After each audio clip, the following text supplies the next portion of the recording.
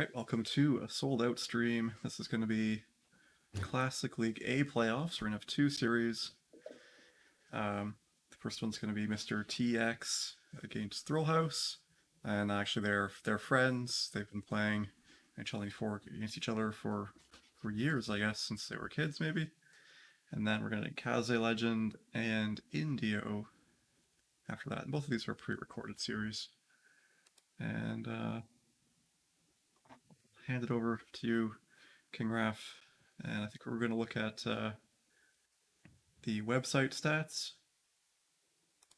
Cool. Yeah, thanks, Smalls. Happy to be here, and thanks for everyone tuning in. Excited to announce this semifinal matchup here. I think these guys went two. This is the number 2 seed, by the way, Mr. TX, with this Vancouver Canucks against the number 3 seed Thrillhouse with the Blackhawks. So yeah, I think they went 2-2 against each other in the regular series. You know, like looking at their like not playoff picture, team stats page. Let's look at like Chicago. It looks like Thrillhouse is, of course, Roenick's going to be a big threat. I'll do like a little tail of the tape here.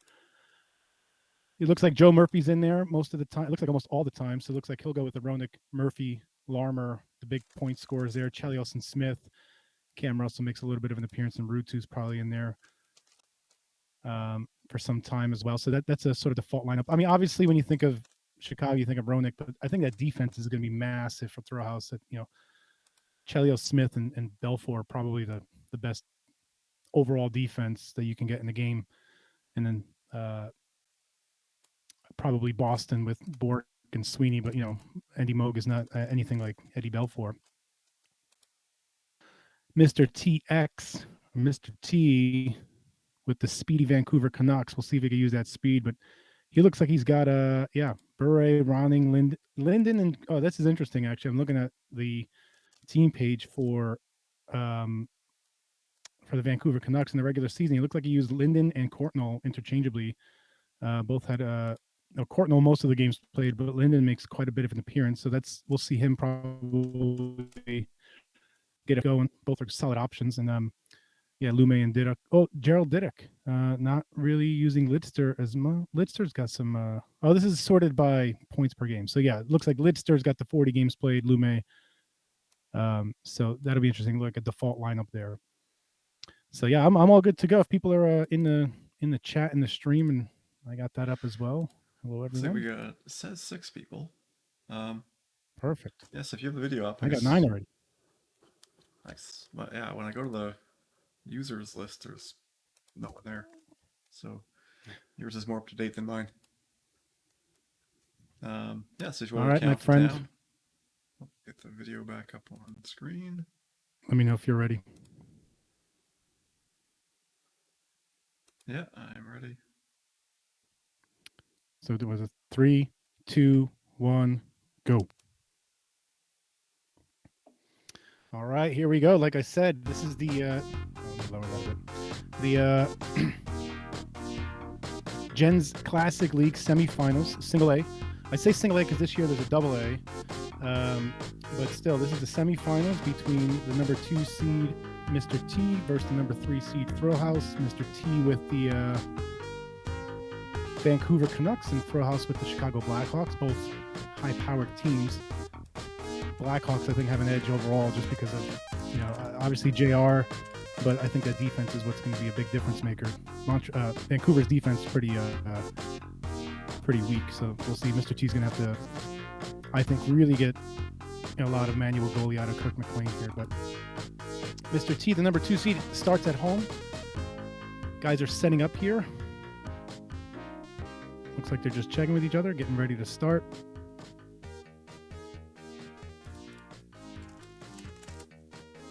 Sebi says the game's a bit loud. All right, you're all over that, Smalls. And while we're waiting for them to start, I am having Miller Lite. Not my preferred choice of beer, but some leftover from the tailgate. Might as well finish it for the stream tonight. All right. Miller time.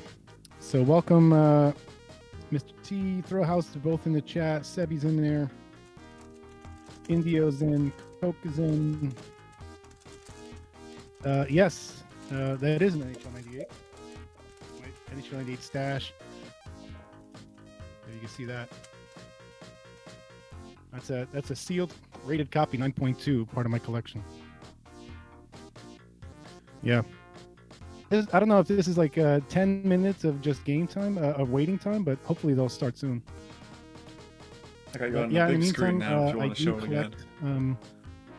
I do collect 94 or 90, I would say the 92 to 98 series from that day, just waiting for some of my ratings to come back. I do have a PC 98 as well.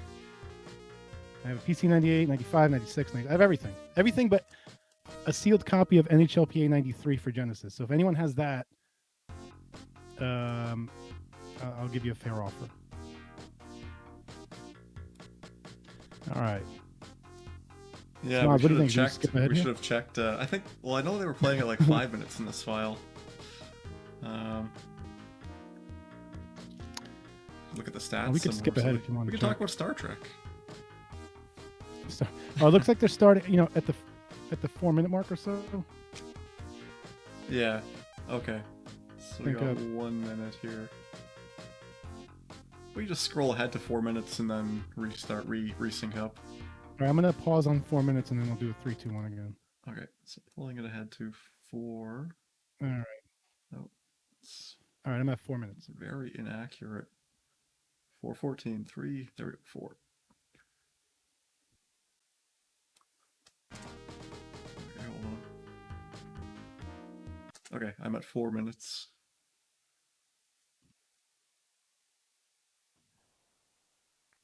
You ready, Smalls? Yep. All right, at the 4 minute mark of the video, 3, 2, 1, go.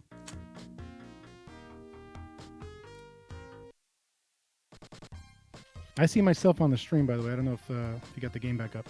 Yeah, it's switched over now. All right. All right, here we go. Finally, game action here. We see the lineup: Lidster, Lume, Courtnall, Ronning, Burry. I'm assuming Burry is going to go at center. Ronning's probably going to go on left wing. Lume, Lidster swap around. Burry at center.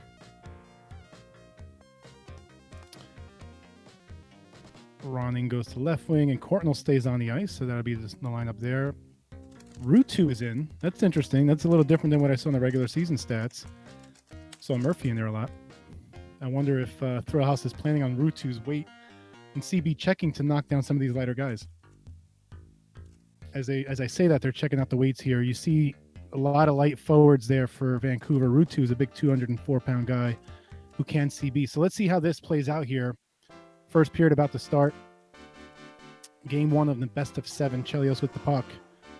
Chelios down to Ruutu. Ruutu going behind the net. Ruutu circling behind the net, looking for a one-timer to Roenick.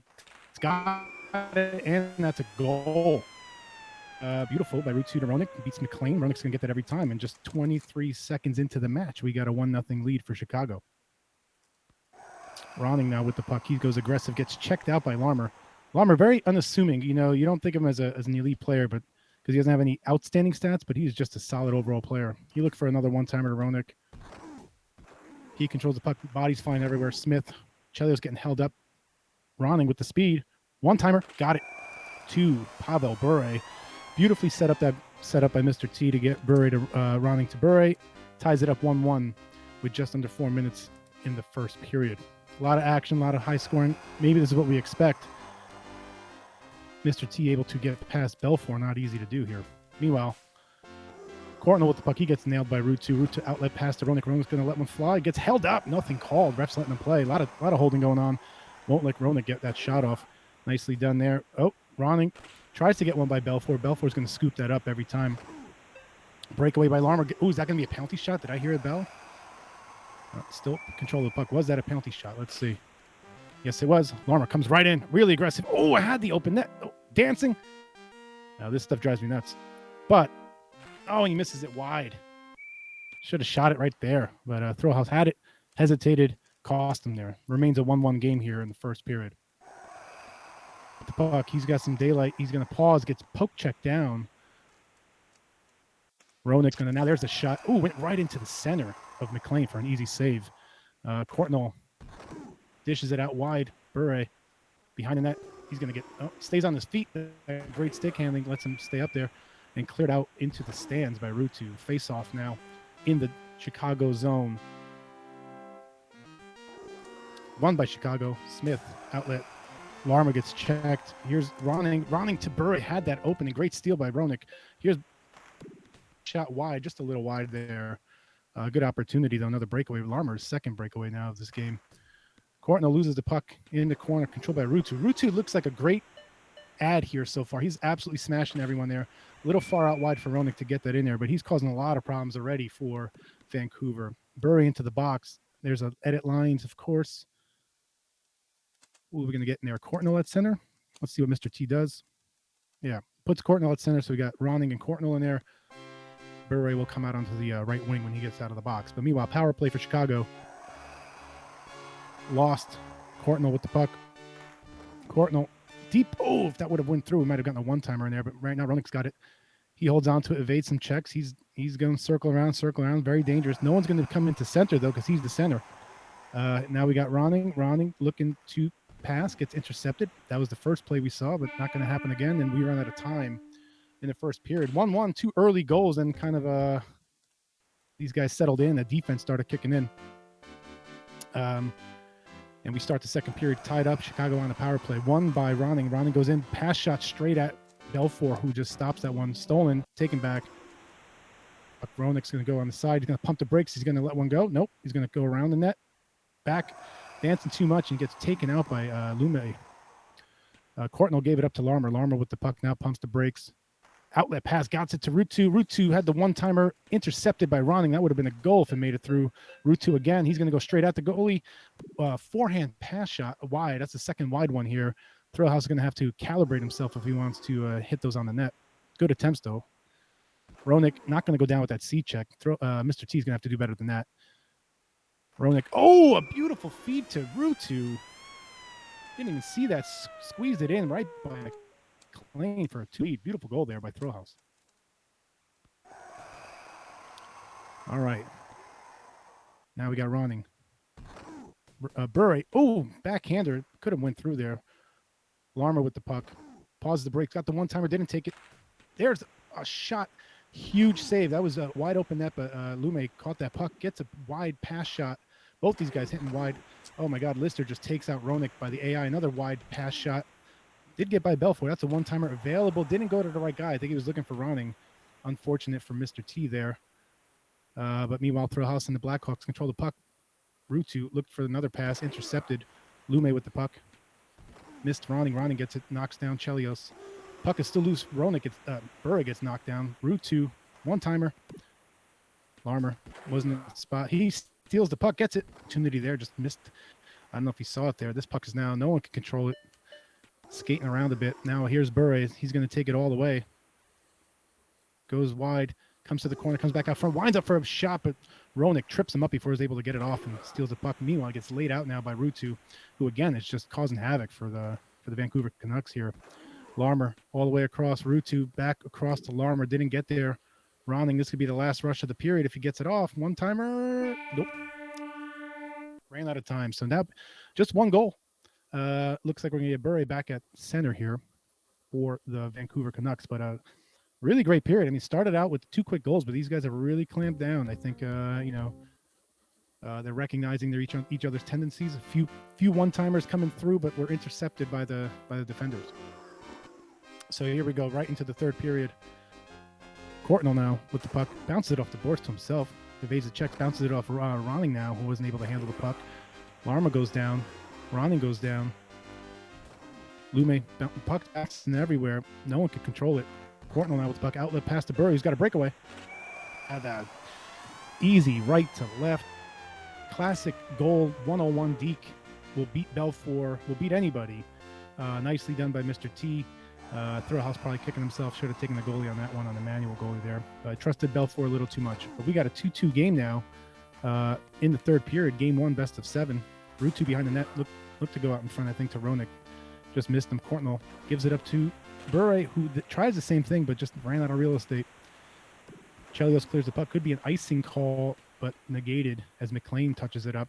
Way outlet pass to Courtnall off his stick. Larmer. There it is. Held it. Mr. T took the goalie, but man, couldn't even see that one-timer as it flew through. We got a timeout, Vancouver. Mr. T doesn't like what's happening on the ice. Maybe he's feeling that puck bouncing up too much.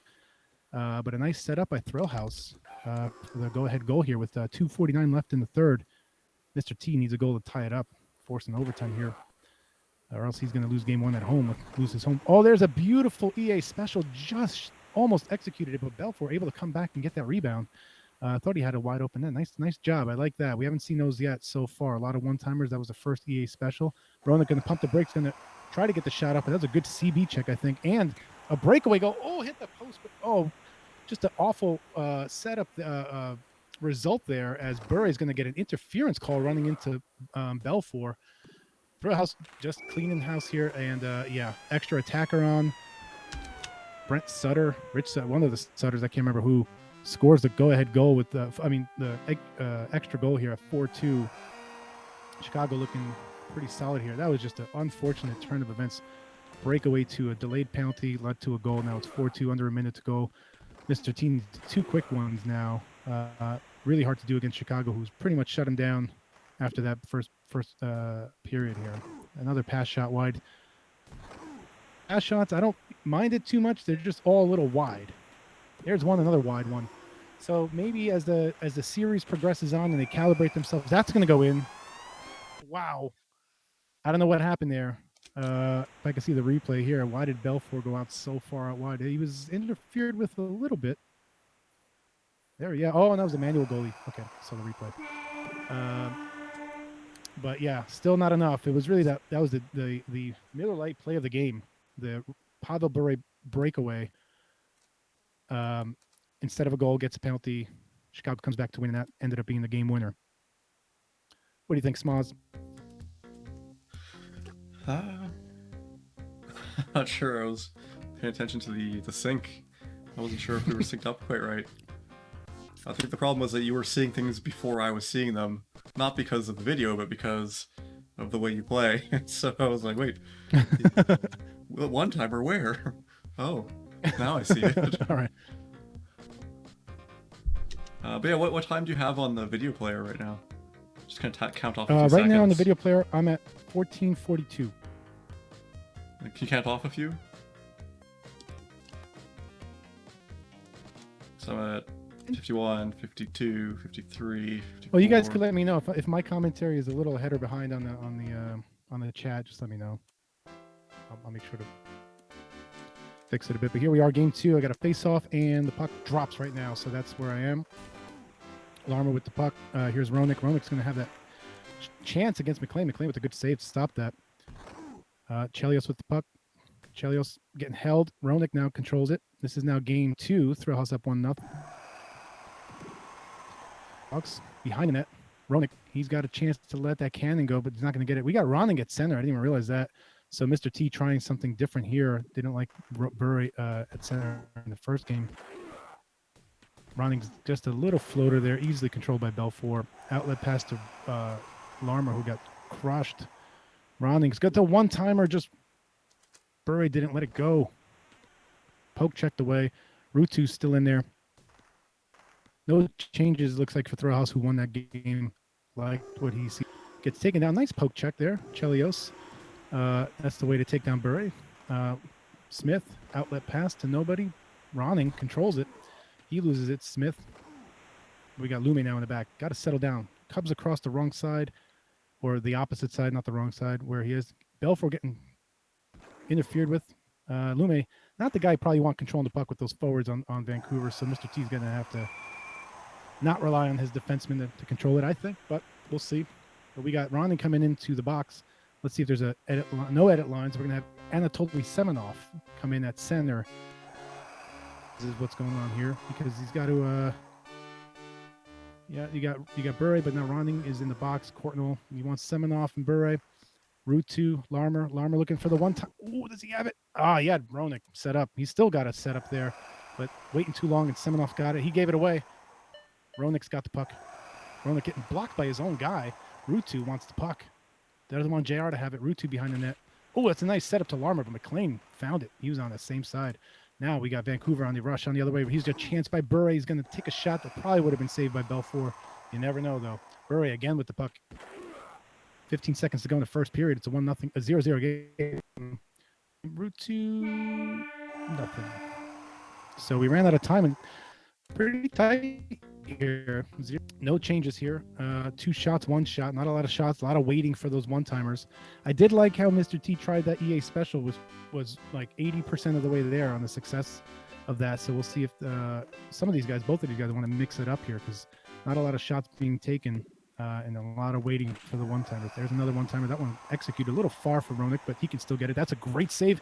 That's going to go in. A flurry of shots, as I say that, by Chicago. They finally get one past McLean to go up 1-0 here. Nicely done by Thrillhouse. Nothing you could really do there. Save after save, and then finally just that one went in. And Chicago maintains possession of the puck here.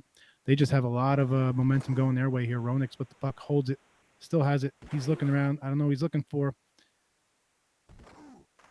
Not passing. And there's a pass to Rutu. Beautiful setup to Larmer, but he doesn't get it. But meanwhile, they still control it. As soon as Vancouver gets the puck, they're just getting flat out, poked and knocked down. So there it looked like an EA special attempt by Ronning, but was stuffed before it could even get there. Very frustrating if you're on Vancouver right now. You can't even get a puck through. Here's Ronning again. There's a one-timer. Beautiful. Again, just the Chicago defense all over these guys. Won't even let them get a shot off. Here's Larmer gets knocked down. I got to say, Ronning at center is looking to be a pretty good defensive option here. Again, another one-timer pass that if made it through would have gone in. Didn't get in. It was intercepted. Sent up the ice from Chelios to Ronik. Ronik pass shot. Finally nails one in, and that one slid by McLean. Stuffing by defensive effort by Chicago.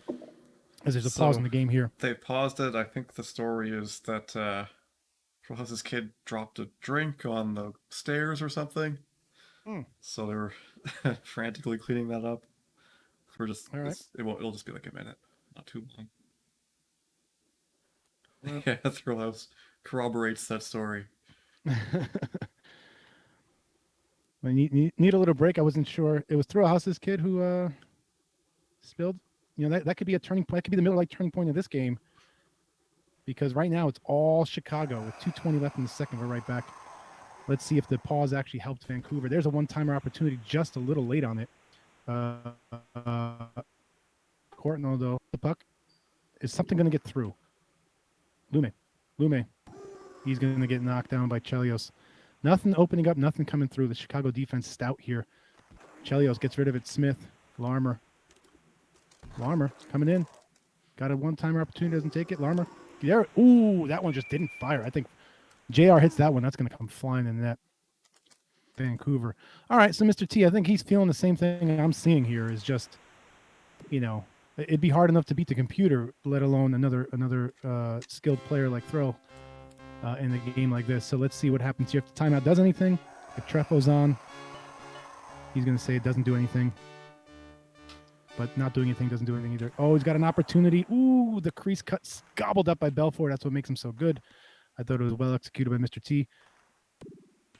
Missed. Is Chicago sliding down? What an aggressive play by McLean to go back there, clean up, and oh no, Burway's going to get a roughing penalty. McLean was getting the penalty.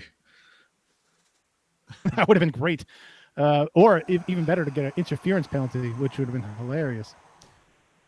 Chicago with about 10 seconds left in the game. He's going to maybe just take one slapper. If you got to do it, nope.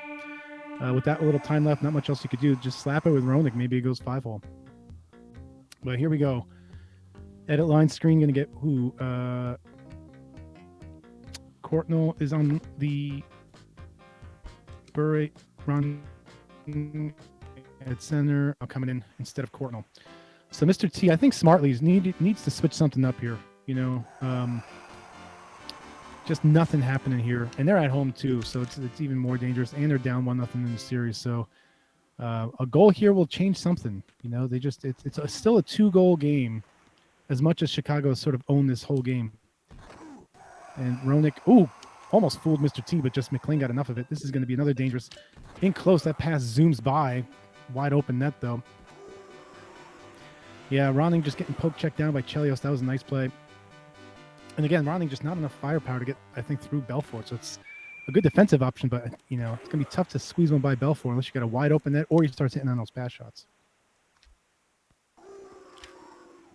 All right, Smith with the puck. Gets laid out by Ronning. But it goes right to Larmer. Larmer pauses. Looks for the one-timer. Nope. Gobbled up by Lidster. Here's Linden making his appearance in the series. Gets a shot off. Good save by Belfort. Little tough on the angle, but nice shot by Linden. So Lume, he pumps the brakes, doesn't want to go behind the net. He's staying on the side, letting him skate, but loses it. Now he got an opportunity. Got only one defender back there, but nonetheless tripped up was Larmer behind. Here's Linden again. He's going to let one fly, but man, Belfort. This is why I said before the series that Belfort is a big difference maker. I think that goes through possibly on McLean, but Eddie's going to stop those each time. Or you need some serious firepower or a bigger gap. Here's Roenick. Roenick not going to let one fly. Mr. T was waiting for it. Smith. Ooh, the one-timer. Oh, passes all over. Tried to get Roenick. Little bit of confusion there. Worked out for the Vancouver Canucks here, but there's only 1:22 left in this game. They're going to need a goal pretty quick to make this thing interesting. Pumps the brakes. Chelios outlet pass.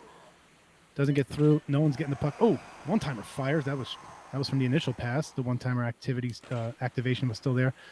Ronning right, dead center of Belfort. Not a high-quality one. Roenick just dumps it in there. I think Thrill's got this game in the bag unless Ronning could do something. Crease cut, pass shot. What was that? I think that was a pass shot.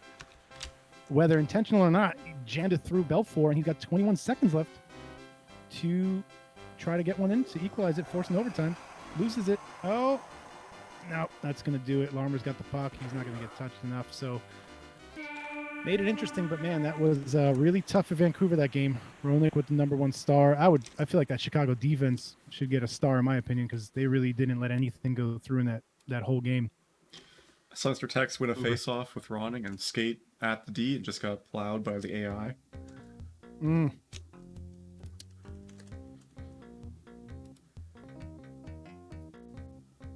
Six shot, 84 save percentage for Eddie the Eagle. Actually, both goalies played really well. Same save percentage. So, all right, now we are heading to Chicago, which is bad news for Vancouver because Chicago at home, they have a big-time home ice advantage here, and Vancouver's down 2-0 in the best-of-7 series. So I would say, there's no such thing as a must-win, right? But this one is sort of like a must-win. It's going to seem hard to win, 4 straight if Vancouver loses this one. So a lot of pressure already building on the Vancouver Canucks and Mr. T here. All right, we got Ronning back. This is the game 1 lineup. Ronning back at wing, Burry at center. We're going to see, I guess, Ruutu come in for Chicago. And Chelios and Smith stay on. Yep. Thrillhouse likes what he sees. All right. From the Hawks music, pass shot immediately from Ronning. Belfort saves that one. Smith. Oh, there's an EA special attempt, but gobbled up. Oh, almost a breakaway. Chelios waits for the one time. Oh, that got through. Chelios with a sweet pass to Roenick. This is a mirror of the first goal of game 1, where it was just a nice one-timer to Roenick, who just blasted by McLean, and Chicago's up 1-0. Lume with the puck. Lume. Mr. T likes Lume. He goes all the way in at Belfort, but loses the puck. But Belfort holds on, so we're going to have a face-off in Chicago. Good opportunity here for Vancouver to get one off the face-off. Sneaking by Eddie. They win the face-off. Lume's got it. He's just going to try a slapper. That's not going to go through on Belfort. So Mr. T's got, pass shot. Oh, Roenick will not be denied. Gets the pass shot, was saved. But the puck was floating around. Roenick just jammed himself in there and scored another goal here for Chicago now. Up 2-0. So everything going Chicago's way here. But Mr. T's going to have to do better quality chances, I think, against Eddie. Can't do simple slap shots from Lume or even Ronning. So those one-timers is what's going to have to happen, or the EA specials. So we'll see if he adjusts here. This could be dangerous if we get a one-timer. There it is, but it didn't click.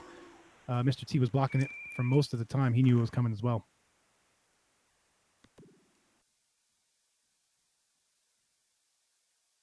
All right, looking at the chat here. People just chatting about you. Now we got a Vancouver power play. They're down 2-0. Puck's floating. Here's the guy you want. Bure.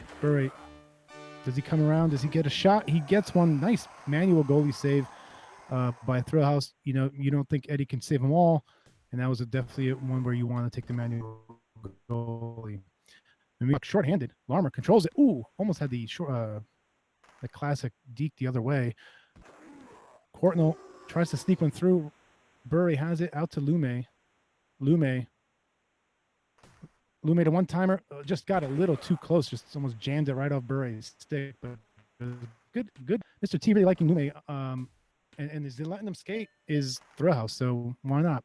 Meanwhile, Chelios with the puck. He's going to wrap it around the boards. Gets by McLean, but gobbled up by Courtnall. Courtnall out the pass off the skates of Bure. Lost it out to Rutu. Rutu got it to Roenick, who's out the box. He's on the right wing. Roenick on his feet. You're going to have to CB him or something. But now Roenick takes it. As he's looking for 10 seconds in the period, he's going to have to one-timer, but he gets knocked down, and that's going to probably do it. Oh, nope. Get it off. Nope. That's going to do it here. Chicago 2-0 after one. Game 3, up 2-0 in the series, man. This is just all Chicago's way here. We're going to have edit lines here.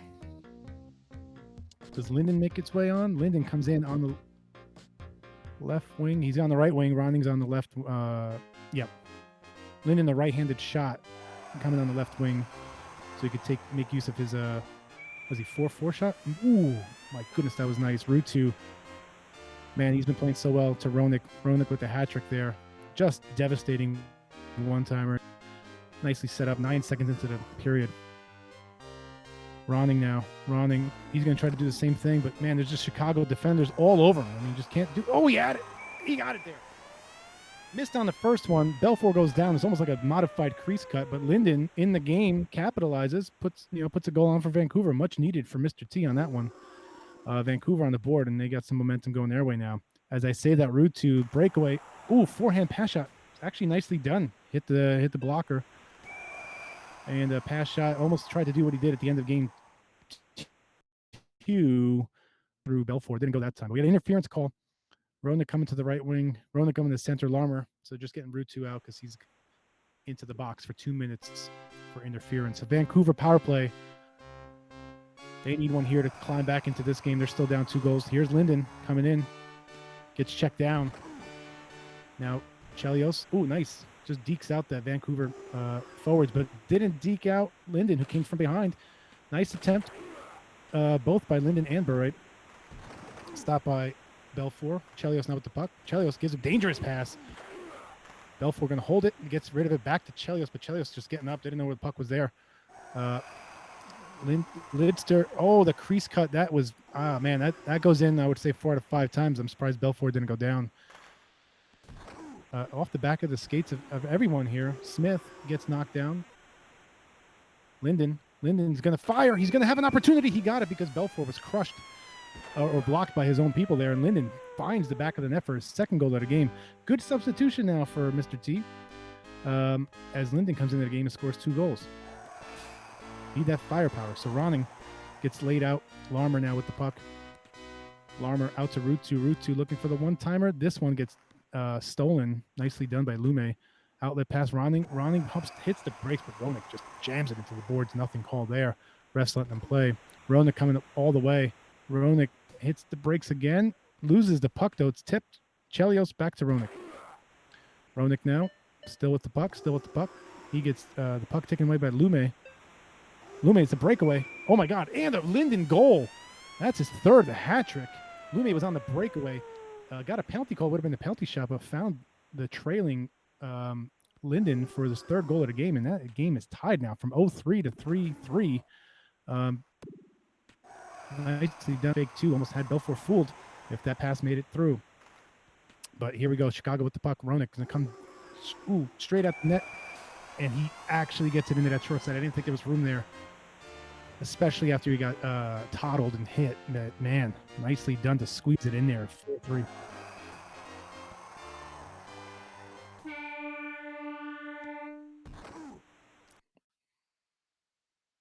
Oh, yeah. Look, it surprised me. I didn't see it. I thought for sure. Uh, oh, even wow. I mean, I just wonder if I take a look back on the replay, if it was because it was that he let go of the shot at the same moment where Mr. T takes manual goalie. It's like that one split second where you don't want to do that, or he would have got it anyway. But nonetheless, it's still both goalies playing like terrible here. As we look at the game stats, don't know why. This is only the second period. Why are we looking at game stats, guys? Mr. T or Thrillhouse? Who's doing this? Someone's upset. They want to show that they're dominating or not. So we'll see here. But play resumes here. It's 4-3 Chicago. So Thrillhouse pointing out that he was winning the faceoffs. That Mr. T was winning faceoffs in this game. Everything going Vancouver's way. Oh, Belfour gets rocked behind the net. Way outlet pass. Almost got through. It did get through to Rutu. Rutu throws it on net. McLean just gobbles it up. Doesn't fall down. Could have been dangerous. Yeah, bodies flying everywhere. These guys are fired up for the third period. Rutu, nice play around the boards. But, whoa, man. Linden just playing lights out. Getting his ice time in there. He's being effective on the offense and the defensive boards. This is going to be a breakaway. Oh, almost a breakaway, but someone going away for tripping or roughing back there. Smith, you saw it behind the play. What's he doing? So a huge opportunity for Vancouver. But Chicago wins the face-off. Outlet pass. Roenick's on the left wing. I didn't even realize that. Still on the left wing. He's got a one-timer, but doesn't take it. Tries to go crease cut, but gets...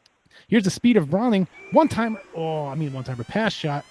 Belfour early on that dive. It looked like Mr. T. Beautiful execution on the backhand pass shot, and he ties it up 4-4. There's that speed of Vancouver is what we got to use here for some breakaways.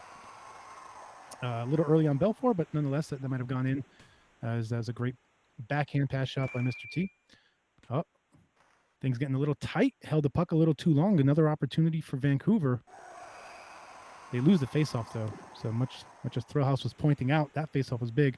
Rutu waited a little too long. Bure stole that puck, but ices it. So we're gonna have an opportunity for Chicago here. Tied 4-4, 2:12 left in the third. Game 3 of a best of 7. Chicago up 2-0. They lose the faceoff. Bure, is he gonna go all the way in? He's gonna go. No, doesn't want to go back. Avoids the check. Still has the puck. Bounces off the boards again. Coming around. He's got an opportunity. Oh, good save there by Thrillhouse. By Belfour too, taking the manual goalie. Now Chicago controls the puck. Good passing, but intercepted by Ronning. Ronning just lost the puck at the last second. Had a one-timer opportunity. Roenick, super dangerous. The last guy you want with the puck. He's not going to shoot. He's going to put himself behind the boards and loses it to McLean. Way outlet pass given up to Steve Smith, but the puck settled into Larmer. Larmer. 30 seconds left in this period. This is super dangerous. It's pretty much anyone who scores is going to win this game. It's almost like overtime. Bure. 15 seconds. Got the one-timer. Oh, why didn't he let it go? You got to do something. Oh, my God. It's so painful to watch. You got to take a shot. You got to take a shot, Mr. T. Oh, man. So we're going to shoot the J, AJ. Exactly. But I get it. You want that slam dunk one-timer guaranteed goal. Oh, but here we are. 99-59 OT. We are in the playoff ROM. So 4-4. This is a big game. Vancouver needs this one. They really do. They don't want to go down 3-0 to Chicago here, especially with Chicago at home. Oh, it's the one. Oh my goodness. What a great save by Mr. T. I didn't think he had McLean in time, but he did. Roenick, he got it. All right. Man, oh man, that was beautiful. Mr. T with the McLean goalie control save on a Roenick shot that would have gone in. Burry comes back the other way, does the beautiful forehand deke past Belfour to save the series for Vancouver here. Wow.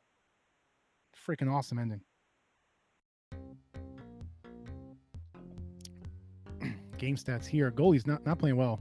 Under 5,500 here.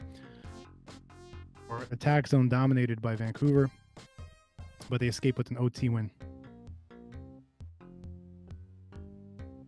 Chaos thinks this goes 7. We'll see. And I don't know either. I haven't watched and I'm not paying attention to any times or anything. So we'll see what happens here. But meanwhile, we're going into game 4. Huge win by Vancouver. Murphy now. So Thrillhouse, not liking the way Route 2 is playing that game, puts in Murphy. And I must have missed the Vancouver lineup change, unless they didn't do anything. No, I see. Yeah, all right. Ronning at right. Ronik's at center. Does he keep? Yeah, Linden at left. All right, so he's going with the lineup that really worked. So I like the adjustments, right? I mean, they didn't work for them first 2 games. They ended up thinking with that. I like that. Smart play. Go with what works. Meanwhile, though, Thrillhouse adjusting, right? He said, I don't like that. He doesn't like Linden in there, so he's going to put in Murphy. And as I say that, Murphy capitalized on the beautiful pass by Larmer to go up 1-0. So a lot of adjustments. So, a lot of mind games between these two guys. A lot of good coaching. This one intercepted by Bure. Ronning. Ooh, had the one-timer to Bure, but Steve Smith. Great interception leads to a breakaway by Larmer. Tries the EA special. Oh, and it kind of worked. Larmer didn't get it, but Ronik cleaned that mess up with a nice rebound that McLean left up. So that's 2-0 Chicago. Just like that. Nicely done. I didn't expect that. That was nice. Oh, Ronik asserting his dominance. There's that. That's what Smiles was just talking about. That short side deke. And do we need a timeout here more than ever for Vancouver, because we're 144 in this game and it's 3-0. Man, what a great reaction by Thrillhouse after losing that OT game, coming out on fire. Dumps the puck here. I'm not sure why, but he gets it. Ronik looks like he's got like afterburners on. I don't know if he's hot or what, but just Chicago just skating really fast, really hard for Vancouver to, Mr. T's chasing them everywhere, unable to get him though. But he controls the puck. Ronning has a one-time opportunity. Tried to get it to Bure, but it looked like it ended up going to the defenseman, which was unfortunate for Mr. T because he probably had that goal. Hate when that happens, but it happens. Lost puck here. Murphy in the game. Ronik, back to Murphy. Murphy to Ronik. Ooh, intercepted by Bure. He saw that coming. Nice interception. Belfort snatches that one up. Right out to Ronik. He is patient. Whalers in the chat saying that Thrillhouse is one of the more patient guys in the game. You could just shot go if he doesn't got it. Breakaway, short side, got it. Saw that one coming. Beautifully done by Pavel Bure. Outlet pass to Ronning on the breakaway. Capitalizes. It gets Vancouver on the board. Try to stop that onslaught from Chicago. 45 seconds left in the first period. Oh, man, nothing called there as Lidster just takes out Ronik. But, oh, my God. Wasn't able to get the puck, ran into his own goalie, almost coughed up a goal. Roning's not going to get anything out there. 10 seconds left. Shoot it. Just shoot it. Gets it in. Oh, that was beautiful. Had the backhand pass shot, but Belfort just snatched it up with his glove like it was nothing. It was. Nice play, though, by Mr. T. That was a good quality chance with no time left. Ronik's not going to get his shot off as he gets laid out here. Lidster just gives it away to Murphy. Murphy pauses the brakes. Tries to get Chicago set up. They're all going the wrong way. Nicely done by Thrill, right? Get them set up. Larmer now on the boards. Mr. T chasing all over the place, unable to get a good check off. Chicago just evading everything. You could just see as you watch the players change. They're just constantly chasing. And great quality shot there by Ronik. Doesn't get through as McLean saves it, but Good setups there. That's going to go in. I thought it was going to go in. Great save by Mr. T by taking the manual goalie there just in time to save that. But yeah, really patient by Chicago to set things up and have quality chances. Mr. T's got to kind of settle down himself. Make sure he's connecting on these checks. Meanwhile, Smith with the puck loses it. Ronik, one-timer to Larmer, doesn't get it off. Chelios back there, throws it in front, stolen by Lume. Lume out to Bure. Bure's going to have a chance. Goes. Nice shot. Saved by Belfort. This could be an icing. Waved off by McLean. Lume. Outlet pass. Linden. Fired away. Nice save by Belfort. A little too close. Larmer. Pass shots. Bure not letting that happen. Here's a wind-up big shot. There's going to be a penalty call now. Delayed penalty on Vancouver. Larmer. Waiting. One-timer. That could have gone through. I like the way McLean's playing because the big 5-5 shot from JR can actually sneak by a lot of goalies. But Clifford running in the box. So they'll be in there for 2 minutes power play for Chicago. Ooh, that could have gone through, but Lume steals it, has it, holds it. Oh, across the ice. Bure has it. Was going to try the crease cut, but Larmer negated that. Joe Murphy loses the puck. Looking for those one-timers. Oh, yeah. You knew that was coming there.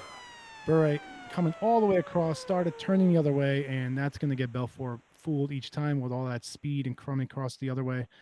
Beautiful job by Pavel Bure for the goal. Short-handed. Oh, no. Oh, my God. Did Vancouver get lucky there? Because Larmer there was two things that happened. One, we had a one-timer to Roenick he could have done, but he also had a wide open net, which he just shot wide. So little fortune in going Vancouver's way. They are only down one here. Still short-handed with 30 seconds to go. Ooh, that could have gone in too, but Steve Smith poke checked down Linden. Roenick in the corner, trying to get away, getting held. A button use. No room there for that shot. Off the skates of Linden. Controlled by Roenick again. Roenick coming short. Hold him up there. Linden about to get wrecked. Gives up the puck. Oh, Belfour unable to control it. Little confusion there in the Blackhawk zone.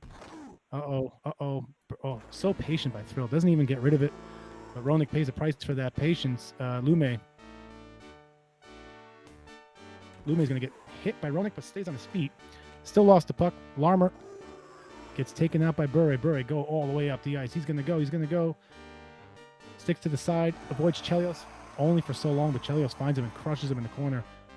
Murphy all the way across to Larmer. That puck bounces out in front. Oh, we got a breakaway opportunity. I don't know if Linden's fast enough. That's a wild pass shot to the side. Roenick, there we go, just fires it away. Almost took McLean's head off. Lume loses the puck. We're going to retrieve it by Ronnie with 2 minutes left in the third. Again, Vancouver finds himself in the position where they need a goal here to force an overtime or, to keep the play extended here. And they have a chance here. Oh, yes. Bure on the rebound. Slapper first. Belfour wasn't able to take it. Bure gets his own rebound, puts it in. And we got a 3-3 game with 1:32 to go. What an exciting series here. Roenick with the puck. Controls it. Again, controls it. See, what I don't understand, though, is when... Sorry. I'll finish my thought in a second. Belfour controls the puck. Gets rid of it before the play is called for a whistle. Bure now has the puck. This is dangerous for Chicago. Dangerous for Chicago. Belfour goes down, but Bure not able to get that shot. And Roenick, with 20 seconds left in the game, he loses the puck. Lidster, last chance, one-timer. Oh, what is going on? Wow. Super lucky, super fortunate for Vancouver that the one-timer didn't go off, but somehow that puck trickled in. Unbelievable. Two lucky things there for Vancouver in that game. And they look, unless Thrillhouse can do something here with 7 seconds, just win and shoot it. But no, he loses the puck and almost there. All right. Wow. Great win by Vancouver. That last second, I mean, I don't know how you not give Lidster the number one star, or maybe it should be Eddie Belfour for giving that up. But man, Vancouver comes back late, scores, wins. 1-for-1 on breakaways, 1-for-5. Not a single one-timer for Vancouver in that whole game. 0-for-0. Teams coming up on top for those first two games, and we're heading off to Game 5 here. Back in Vancouver, Canada, British Columbia, I think. Show my ignorance, but I think that's where that is. Thank you, Smalls. So here we go. That was just... what I was going to say before this game starts is when Thrillhouse takes Roenick and he's circling around, I'm not necessarily sure what he's looking for, trying to get those wingers, I guess, those quick one-timers in the corner, but usually you want your center, you want to dance around with your wingers, so you're waiting for your center to come up because that's usually a high percentage shot when you get Roenick firing the one-timers. So, like, when you have Roenick in the corner here, there's not much that's going to happen. Or you just try to go right at the net. So that's the only part that's a little confusing for me on the patience. If he was doing that with two men in the box as I'm talking, both defenders actually, Lume and Lidster out. So I don't know what Mr.T just gonna pick your poison at that point when you have all the other Vancouver defenders. So big start for Chicago here. They got a 2-man advantage for the full 2 minutes here. See if they could capitalize. Chelios, Larmer. That Merzen blocking that one-timer to Roenick, but he's got it. Didn't get it off. Route 2 back on. Route 2 to Roenick. Burry missing all the checks. That's going to fly wide.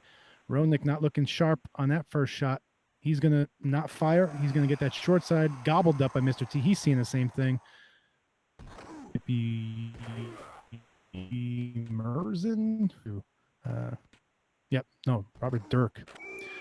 And as I'm looking up the names, Roenick puts one in on the short side. Thrillhouse special from Larmer, and they're still in the power play because he had 2 men in the box, but now we got a 5-on-4 here for the next 20 seconds. Controlled by Linden, loses the puck. Bure gets poke checked, stays up, but loses the puck, gains the puck back. Bure coming right at the net. I like that, but Roenick just trips him up. Roenick stays on his feet. He's one of the best players in the game, if not the best. Bure controls the puck. Bure's in the argument for one of the best players in the game, too. Like to have him. Out of the box is Lume. Ooh, had the one-timer. Also had the slapdick, possibly. Crease cut. Didn't make it through. Doesn't hold the puck, does McLean. Lume, that should have been in. Oh, man. Just a couple opportunities, missed opportunities for Vancouver. Here's Linden gets taken out. Larmer now gets back.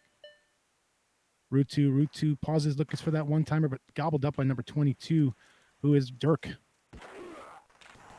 Oh, my God. That hit post.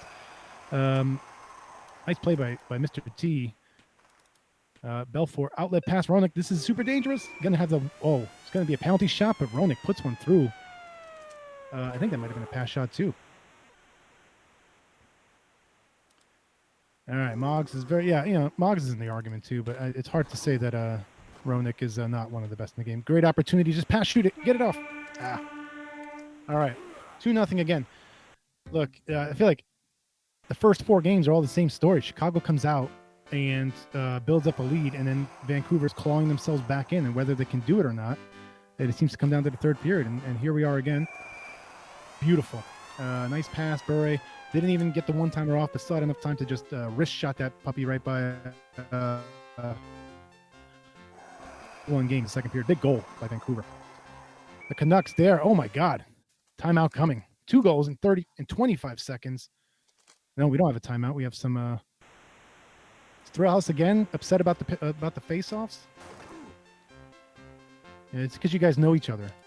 That would drive me crazy. No timeout called by Chicago. They're just going to let him play. That almost gets through. But just like that, it's a 2-2 game.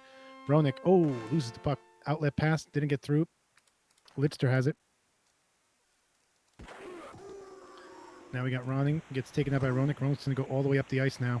He's going to go up the ice, but nope, he's going to pause. Left side. Corner. Out there. Little too much skating. Again, not sure what we're looking for. Waiting for the wingers, or put Roenick in the wing if you want to dance with him so much. Breakaway, Larmer. One-timer tried to get it through. Oh, so dangerous, but heads-up play by Mr. T to get it out of there before it accidentally got into the net. Controlled by Chicago, loses it. Ronnie with the puck, he loses it. Larmer now in the corner. Larmer on the side. He's going to shoot it. Yeah, he's going to let one rip. Nice play. There we go. Shoot the J. Steve Larmer capitalizes on a nice slap shot. Puts Chicago up 3-2.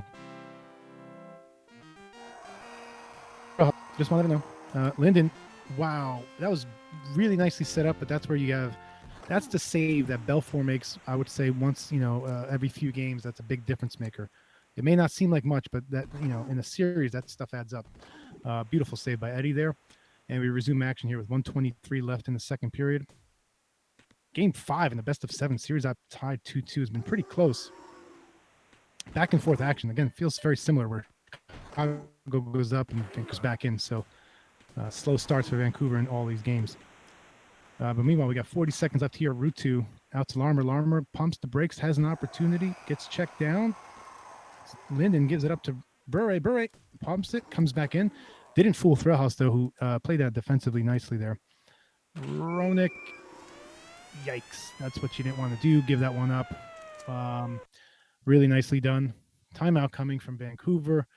5 seconds left in the second. Tough one to give up late to JR, but well executed by Thrillhouse on that one. Well, similar story here. We're going to come into the third period with Vancouver needing to climb back to try to force an overtime or win late. I'm assuming we were looking at face-offs again, but I don't even know.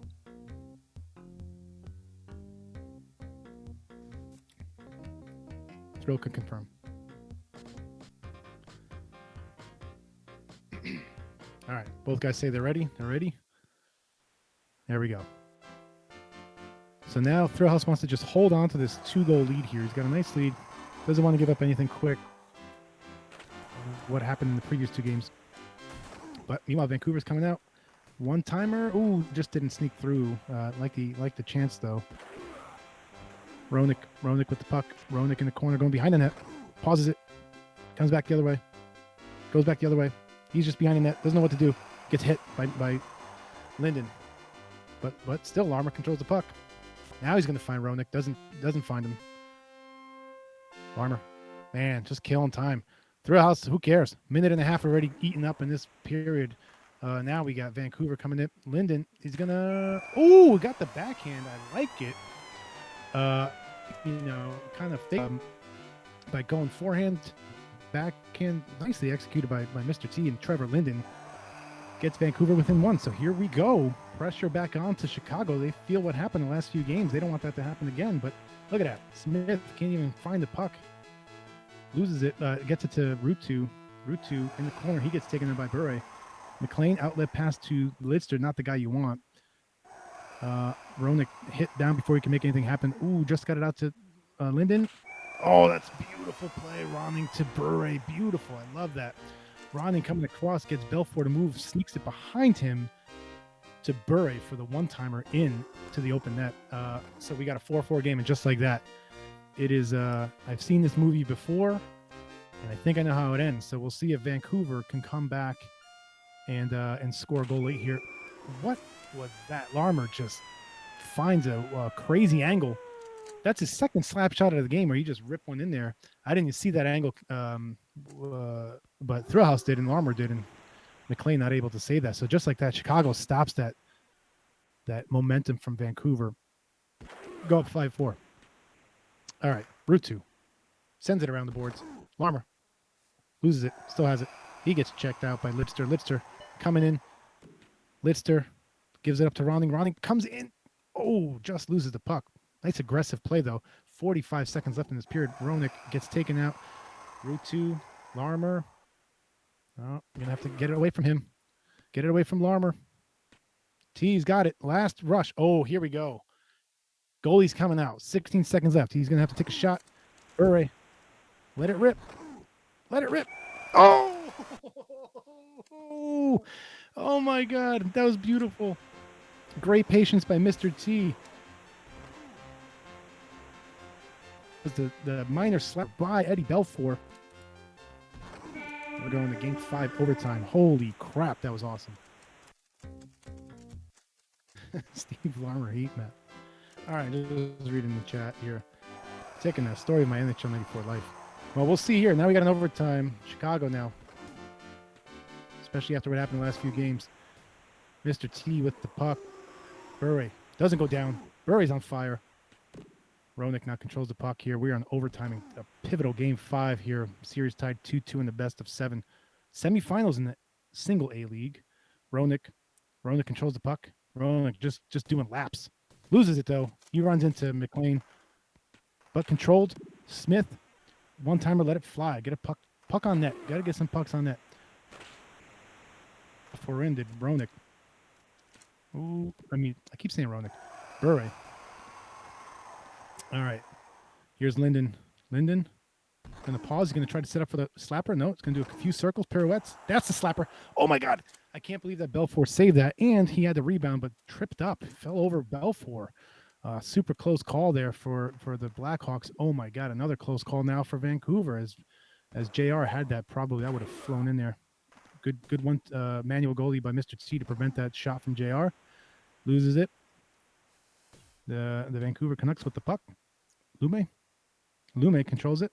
JR hunting him down. Lume escapes him, passes it to Lidster. Lidster now controls it, waits for Vancouver to get set up. Oh, there's a slapper. Snuck it through. Linden. Slap shot right past Eddie Belfour. I think Eddie might have gotten interfered with 1 second in there. Either way, it was a great setup, great shot. And just like the previous games, Vancouver wins their third straight now to take a 3-2 series lead. First win for the home team here. What a crazy series. That Chicago's going to come in. Look at that. Attack zone dominated by Chicago. That game. Shots. Awful save percentage by McLean. At the end of the day, Vancouver with the W. Wow. All right. So we're going to go to Chicago, back to Chicago now.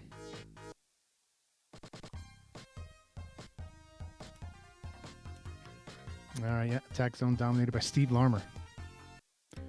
Yeah. Larmer definitely, like I said, he's unassuming, but he's a super strong player. All right. Linden coming in right wing. Burray's center running. So we got the Linden Burray running lineup. Courtnall not seen the ice since the first few games. Chicago editing their lines. Let's see, Ronick, Larmer, Goulet's off for Rutu's back in, so we're not going to see the Joe Murphy show. Thrillhouse liking what he's doing. Let's see if he can come out to that big lead that he's always had in the previous, 5 games. So we'll see. Here's Rutu. Rutu to Ronick. Ronick's in. Dangerous. Good. Not a lot of room for him to move, but he still has a puck. That's going to go in. Oh! Man. Mr.T did take McLean and stopped it, but somehow still trickled in. Just not enough time. Looks some interference by the Vancouver defenseman there. But good shot. And just like that, again, Vancouver, the Chicago Blackhawks up 1-0. I wonder if every game that's happened. I gotta see the box scores afterwards. Fusion there in Vancouver's zone. They give it up. Chelios. Vancouver off to slow starts in every game for sure. Ronick on the right wing. Oh, wait. I must have missed that. And he just does the slap deke. Crease cut. We got an early timeout by Vancouver. And just like that, it's 2-0. So, am I surprised? No, right? I mean, this is exactly what's happened in every single game. The question is, how many lives does Vancouver have? Can they keep clawing their way back? Forcing OTs, forcing late goals, and getting some done it 3 times in a row now. Chelios, Ronick. I like the idea of Ronick on the right wing, by the way. Just because of the way I was saying from before, how he likes to use Thrillhouse likes to use Ronick to set plays up. So put him in right wing. So I kind of like this. Ronick. Oh, what a fake! But he didn't get. I don't know what happened there. He had it. He just didn't. He just hesitated a little too much there. Maybe he was surprised as well that he faked him out so bad. So Chelios with the puck now. So Chicago still has it. Chicago. Chelios loses it, gets it back. Vancouver just can't get the loose pucks here. There we go. Linden, the hero of games, previous games here, off the boards to himself. Chelios has none of that. Larmer at center. Ronick's gonna not take the shot. He's gonna dance around. I like it, but he loses it. Ronning all the way. Nope, gets taken out. So a lot of bodies on the ice here. These guys are not letting each other skate. Gonna be hard to get anything off, and I say that outlet pass to Burray, pass shot. Yep, saw that coming, guys. Come on, you see someone doing that dance, they're gonna go to the backhand. You got to recognize those tendencies. Nonetheless, Belfour dove the wrong way, and nice goal by Mr. T and Pavel Burray to cut the lead. So those pass shots that were missing in the first game or two now starting to hit for both players. So nice to see that they've calibrated their pass shots. Ooh, end of period penalty on Doug Lidster. He's in the box.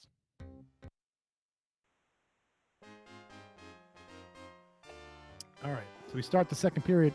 Power play for Chicago. They control the puck. Larmer going right in. I say the calibrated pass shots could not have been wider there, as Thrillhouse didn't get the button down before it was still pointing to the side. So I jinxed him there. Apologies. Chelios with the puck. Oh, he's gone for the period. But Burray will also sit. So that's lucky he got him. Marchman coming in. Lucky he got him early in the second. So 4 minutes and 16 seconds. But Burray is going to be out for at least 2 minutes here. So tough trade-off here is. All I thought, what's the edit lines here? Here we go. I'm assuming we're going to have Linden at center. Ronning at center, Linden stays at wing. But nonetheless, Linden's going to get it. Ronning's in because two people are in the box. Then Linden will come in on the side. Ronning uses his lightweight to check off the faceoff, pauses it, doesn't have enough to sneak that by Belfort. That's the only problem with Ronning. He's got such a weak shot that even if he set that up nice, which he did, that's not going to come through. That's the danger of Roenick, man. God, he got that off so quick. And Mr. T saw it, but didn't change McLean in time. And Chicago rips one in there for a 3-1 lead. Remains on the power play as that happened before the first man was out the box. So now Roenick with the puck. Man, do I really love Roenick on the right wing here for Thrillhouse. I think it's just a smart play. All right.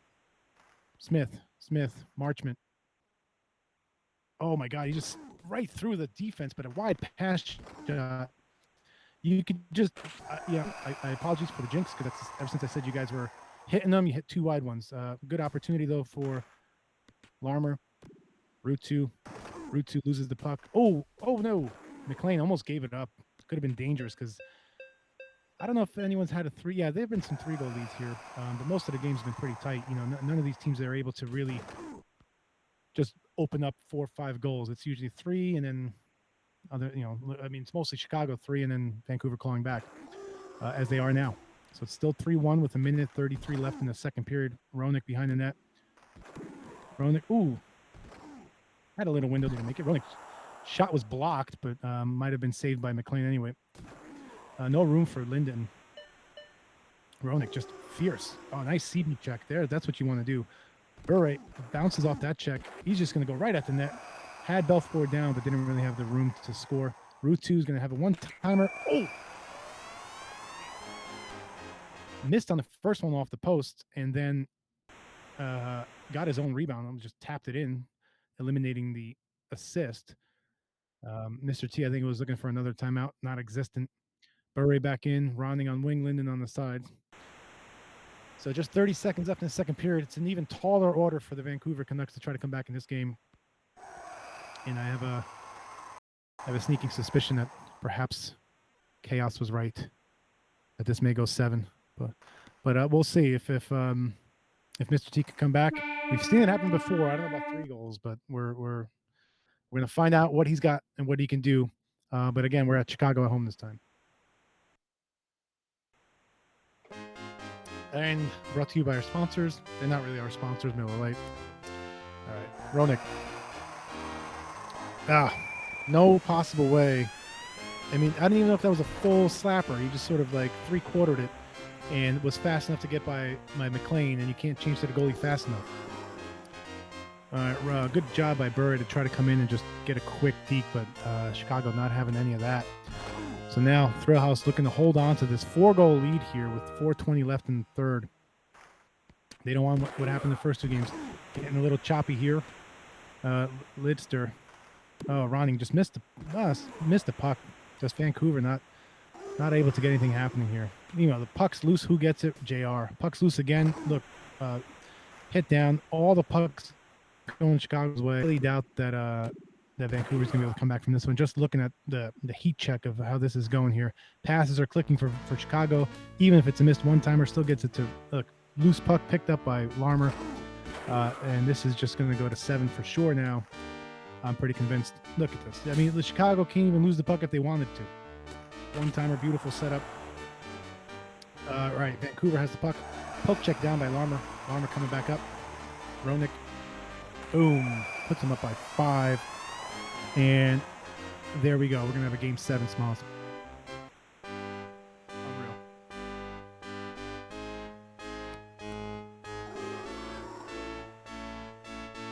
Yeah.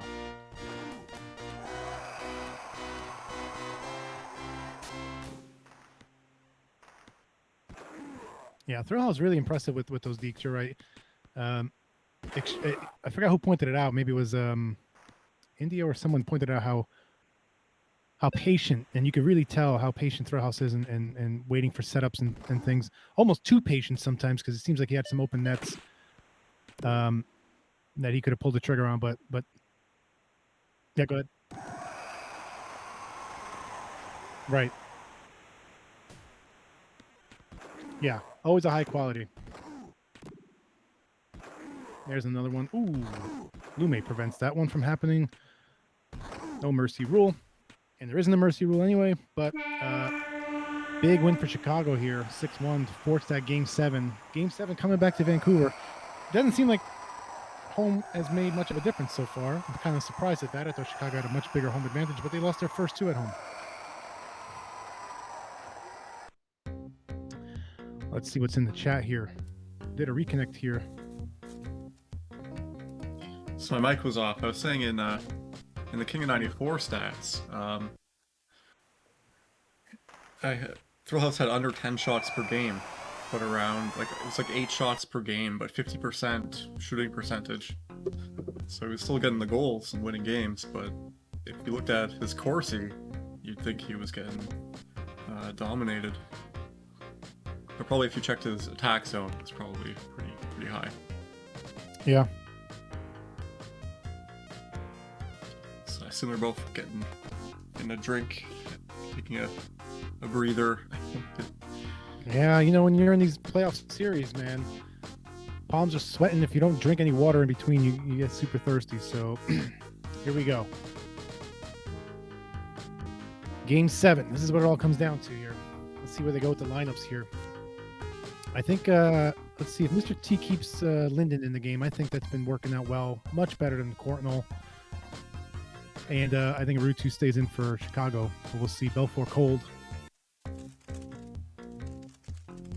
Winnipeg in case anyone was curious. All right, now we got Lidster, Lume, they stay on, of course. Linden coming in. Bure coming into center. And Ronning going to be on the right wing. Chicago now. Goulet, no ice time. Rutu, Roenick. Oh, I like it. Going to keep Roenick on the wing. Larmer there. I mean, just tremendous.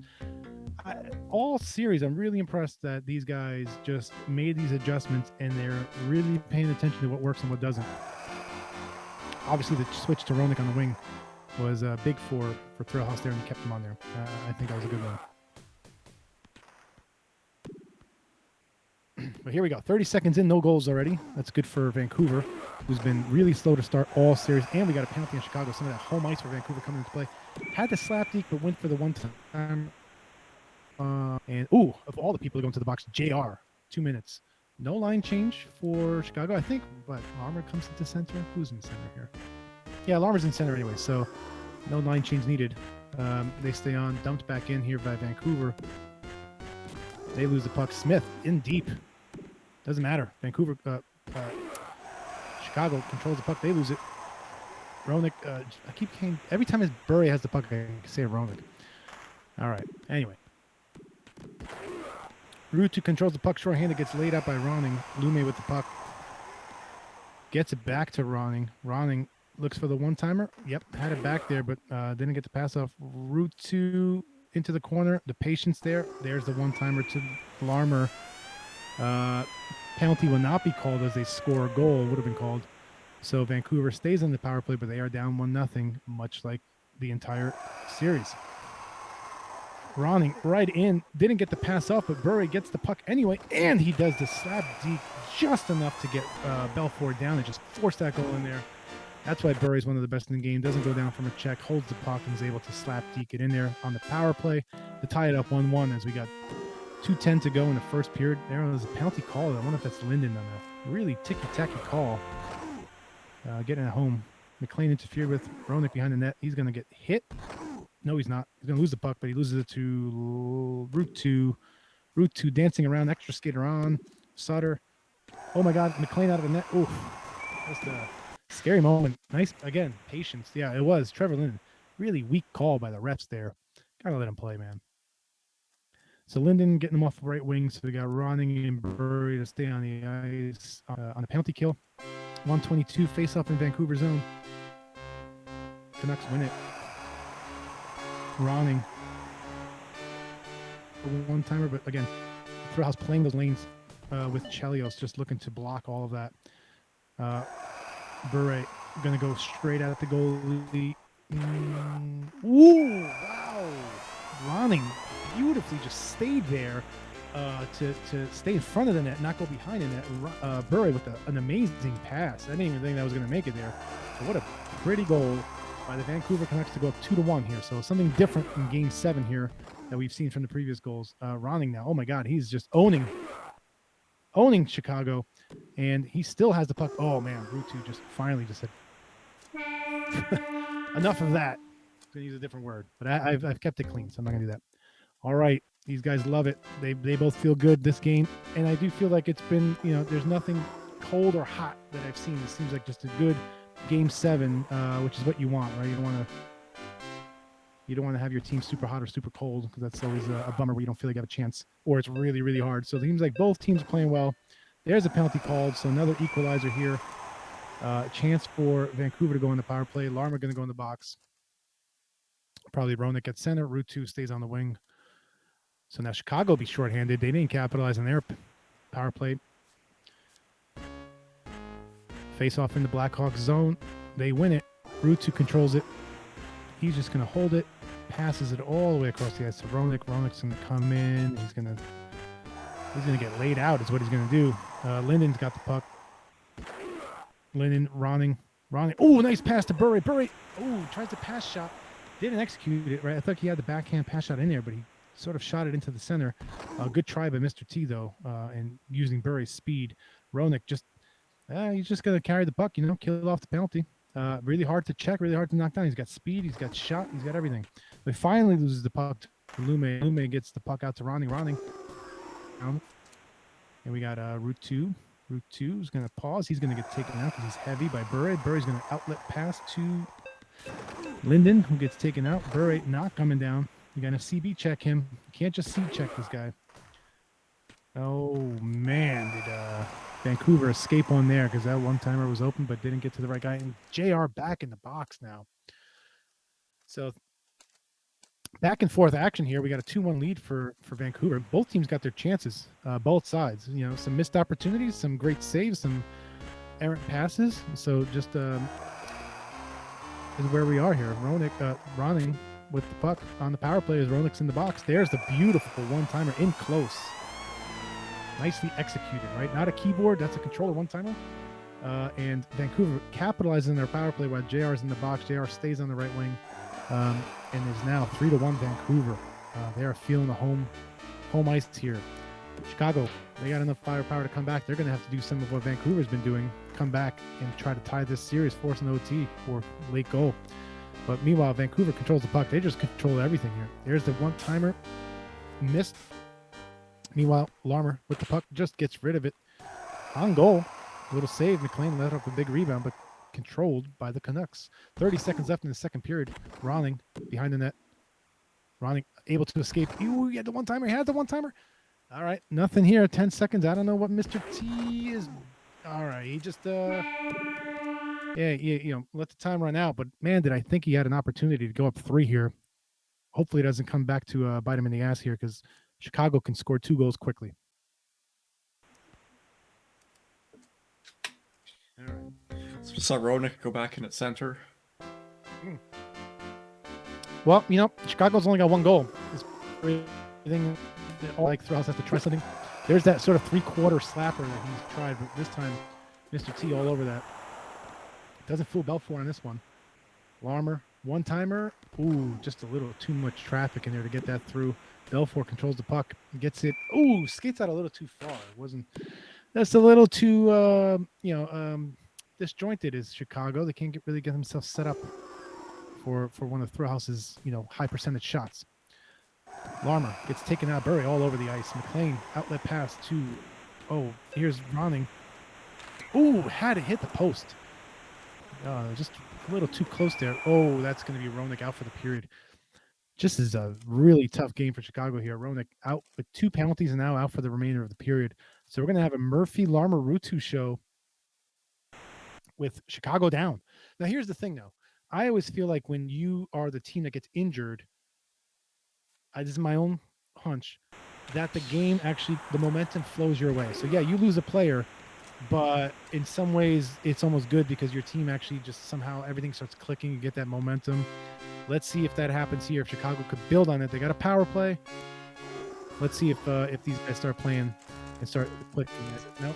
Pucks. No, they're bouncing off each other. Pucks still bouncing off each other's skates. So nothing there, and they just give it away. But they get it back. Larmer at center. Route 2 held.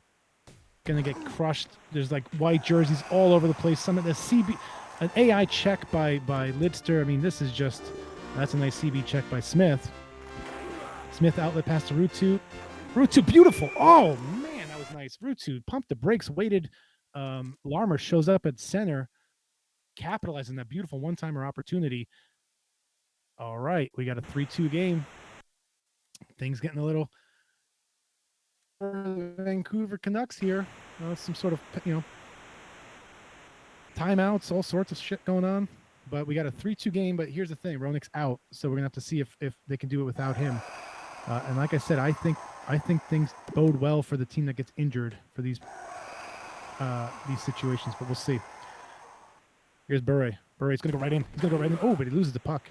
Lutu gets hit before Murphy checks it down. Roenick controls it with about 1 minute and 32 seconds left in the game. Game 7 in the best of 7. This is the one to decide who moves on to the finals. Chicago needs a goal. They lose it. They get it. They lose it again. No. Chelios has it. Chelios. Oh, Bure. Oh, Bure's going to go all in. Oh, the forehand pass shot. That is sweet. Beautifully done. He's connected. Mr.T has in a lot of these pass shots. And that was a huge goal. Pavel Bure puts Vancouver up 4-2. This window is closing for Chicago. Man, in a close series, this is probably going to be it as Vancouver's controlled the puck all game, really. This game 7 really dominated by the Canucks. Unlike the previous 6 games, I thought, where Chicago really kind of had the chance. Good games, great series, man. Congrats to Mr. T. How close we were so many times, Thrillhouse. Man, really, really, really good. That was fun to watch. Great, just a great series. It goes to game 7, and like, what, we had 2 OTs and a few last-second goals. I mean, guys, 6 shots and 4 shots. Man, gotta shoot more. So yeah, that's the series. So number 1 is kazelegend and INDIO, and it's going to bring in AJ. I don't know if you guys want to. 1-in-5 series. Sorry? Yeah. I was going to say that's the 1-in-5 series. So you got AJ? Is he all queued up and ready? Send it to him. I don't know if you guys want to do a duo for a bit, or you going to take off, or what? Send him the, I think I'll let AJ. Well, you know, I'll if anything, I'll hang on for a bit. Okay. But AJ could do the play-by-play because I'm out of breath. Okay. Plus, he's a lot better at it. Hey, everybody doing? So I'll start those What's elements, then I'll fix stuff up. Wow, that was a pretty exciting series to watch. That was good. So close, man. Vancouver coming back and, like, I swear, I don't know if the box scores are up yet, but they were down, I think, in every one of those first 6 games.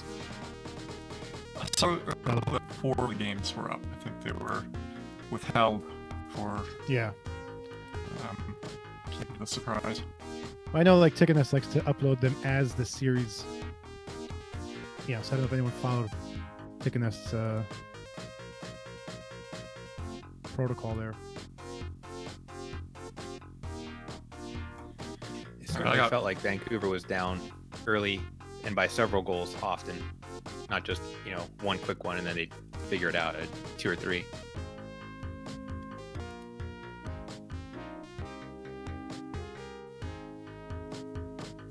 Mega? No.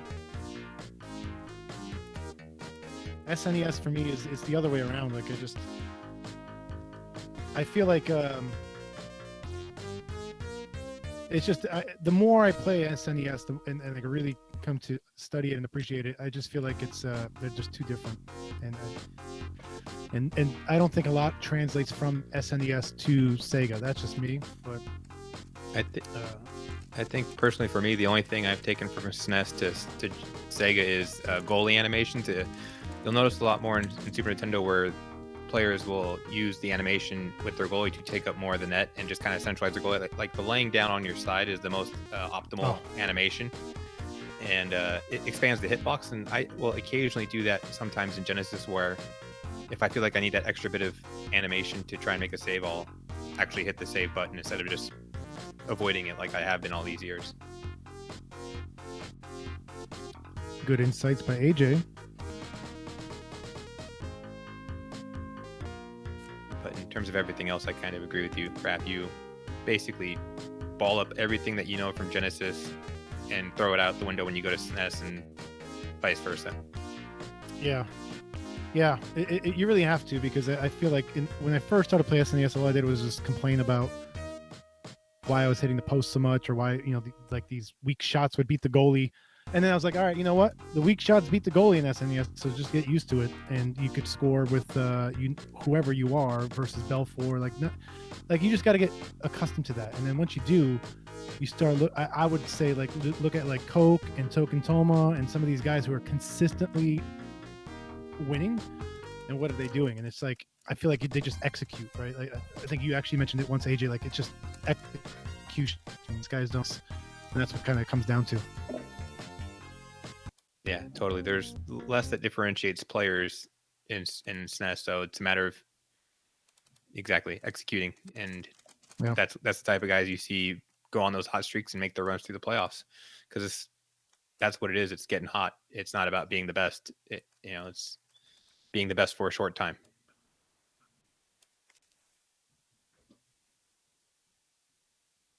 So Smaz, apparently you look different. You've been doing something with your hair, or I got a haircut and new glasses, and yeah, that's it. Well, Thrillhouse noticed, so he's not going crazy on us. So while we wait for the setup, what's your insights here? We got the number 1 seed versus the number 5 seed here. Number 1 seed, I think Detroit, right? With Kaze. No, Kaze is the number 1 seed with Montreal. INDIO with the number 5 seed Detroit, who took out Spackman in 7. It's a surprising matchup, I think. I mean, you assume, Detroit, they got all the firepower, they got the faster team, it's piece of cake, big advantage. Montreal actually gives Detroit a lot of problems, because Detroit can't really weight bug check Montreal, and they have 2 guys up front with 5 stick handling, Savard and Domfus, so they can really hold on to the puck. And if LeBeau or Muller's in center, they got enough shot power to give Shovelday problems if Detroit's freewheeling ways give up odd man rushes. So Detroit has to be very careful about what they do on offense and how they decide to break out of their zone, and what type of situation they leave for Montreal to attack on the counter. Because Montreal can just damage them, Detroit on the counter, and then get a 3-4 goal lead, and that's all she wrote. Wall will just lock it down, and there's enough defense on Montreal in general to where they tend to keep things shut up pretty tight. So Indio has to be very cognizant of that and pick his spots. And if he can pick his spots, he has the weapons to beat Wall. You don't want to try and get into a 7-6 matchup even with Detroit. You want to try and win these games 3-2, 4-3 at the most. Yeah, and as we're looking at the Canadiens regular season stats, looks like we got a lineup of Muller, Savard, LeBeau, which Kaze's going with. Looks like Desjardins and a lot of different defenders here. Some Brisebois, Schneider, Dano. So he's mixing it up on that second defender, but Desjardins been in for all 40 games there. It does look like Spackman uses a matchup base with his Montreal defenders. So I expect in this one, he'll probably go Desjardins, Schneider, or even, I guess he hasn't been using Odeline, so I wouldn't expect him to use Odeline. But you could use Odeline in this matchup, put him up against Fedorov, Cicerelli. He's a little bit slower. Odeline can maybe hang with them, but in this matchup, looks like we're probably going to get Schneider and Desjardins. I don't see the point in Brisebois on this one. Yeah, we'll see what it does for Montreal. I did appreciate the variety that Thrillhouse and Mr.T did in their series. They mixed it up and tried to maximize their lineups based on what they were seeing. Yeah, that was interesting to see just how often they were changing. And it might also not just be how they with the things they were seeing in those games specifically, but they're pretty close. They play a lot with play a lot of games with each other over the course of time. So they're probably seeing things that we don't even recognize that are going on, and they're making decisions based off that. So I've got the videos now. Cool. If you guys are ready. And something I noticed is, yeah, as you might expect, maybe you mentioned this, Patrick Waugh, 731 save percentage versus 68.3. That's not a bad number for Shovel Day. Nope. Yeah, and anything over 7 is really, to me, like one of those gold stars. You know, that's really impressive. Definitely. And Indio will take the manual goalie. We had him in double A league this season, and he would win some games in double A just because his manual goalie was on point. You know, he reads one timers, he does decent on the breakaways. So if he can turn up his goalie play in this matchup, it will reduce some of the difference between Waugh and Chevrolet that there is in default. All right, you want to count it down? Hold on, I just got to get the right names on screen. So, who were the Canadians? That was Kaze. Oh, it's Kaze, not Spackman. My mistake. I thought you did that on purpose, AJ. No, that was just me on my own.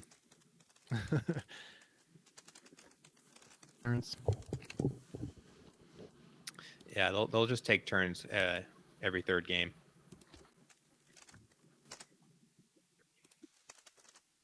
All right, so Smaz is setting up the names, teams. And since this is pre-recorded, we don't get the cool feed of the stats, which I just love how Smaz did that. Yeah, I wish. So we'll just have to go by feel. I wish the simulator had that kind of input-based replay instead of videos. So, yeah, if you guys want to, like say, Jay, you're going to call this. So if you want to count it down, 3, 2, 1, go. And Okay. then we'll all press play at the same time. Okay, we'll go on go. 3, 2, 1, go. All right, looks like we're starting off at the Forum tonight at the 1 seed Spackman Sebe Kaze, Montreal Canadiens, and the 5 seed Indio with Detroit. Original 6 matchup. Very popular one in the 50s, I believe, with Detroit and Montreal being among the top teams in the league at that point. So we're seeing Schneider, Desjardins, defensive duo, and Muller manning the dot with Savard on his left and LeBeau on the right. So interesting to see LeBeau on the right. We'll see how many one-timers he can get going from that position. I would have expected to see Muller on the right, but we may see a rotation of players up front for Montreal. So here we go, starting off. Detroit attacking first, and Montreal picks up the loose puck there. LeBeau races down the wing, feeds it over to Savard for a long-range one-timer. Shovel turns it away easily. Now Schneider looking for an option, finds one, but that puck gets knocked off the stick, and quick one-timer off the rebound. Just picked up that loose puck, did Savard, and feeds LeBeau, and he was parked ready for it. Quick start here for the Habs. First goal 55 seconds in as Coffey races into the zone looking for the easy one-timer, but that's gobbled up by Desjardins. And now the Ringed Wings attack again from neutral zone. Fake slap shot, and then eventually a slap shot does occur as Yzerman baits Waugh into a dive. And just like that, we're tied up 1-1. And Savard comes in on his off wing. Not much of a slap shot option, but maybe some EA specials could be in store here. As LeBeau loses the puck in the corner, but gathers it back, goes around the net, tries for a centering pass, taken away by Shovelday, and now the Habs attack once again. Schneider looking for a slap shot perhaps, but he loses the puck in the slot, and Red Wings look for a quick breakout, but turn it over to Desjardins, who gets wiped out. And just all sorts of carnage in the neutral zone as 4 bodies go down in quick succession. And here come the Habs one more time with LeBeau. Circling around, loses the puck, gets it back, and runs right into Shovelday. Now 2-on-1 for the Red Wings, but Desjardins, big check along the boards, showing Fedorov to his seat in row 1. And Now Coffee laying the lumber. A lot of hitting in these last couple minutes, going both ways. It's surprising to see in this matchup where there's a lot of guys at very similar weights, but it's not stopping these two competitors from getting in each other's faces. And one-timer saved by Wah. Nicely done. Yzerman didn't have a whole lot of angle there. And now Savard. And there's a quick one-timer again to LeBeau, who parked on this almost the same spot as his first goal. That might have been 5-hole, could have been short side. Tough to tell with how happened that quickly that materialized.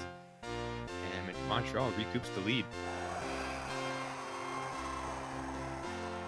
And now the Habs looking to pass it around, but they lose it to Coffee. Brings it in, and he's taken down by Schneider. He's got 7 weight. He can take down Coffee if Coffee gets in that close. But one-on-one now, Yzerman pass shot going short side. Wah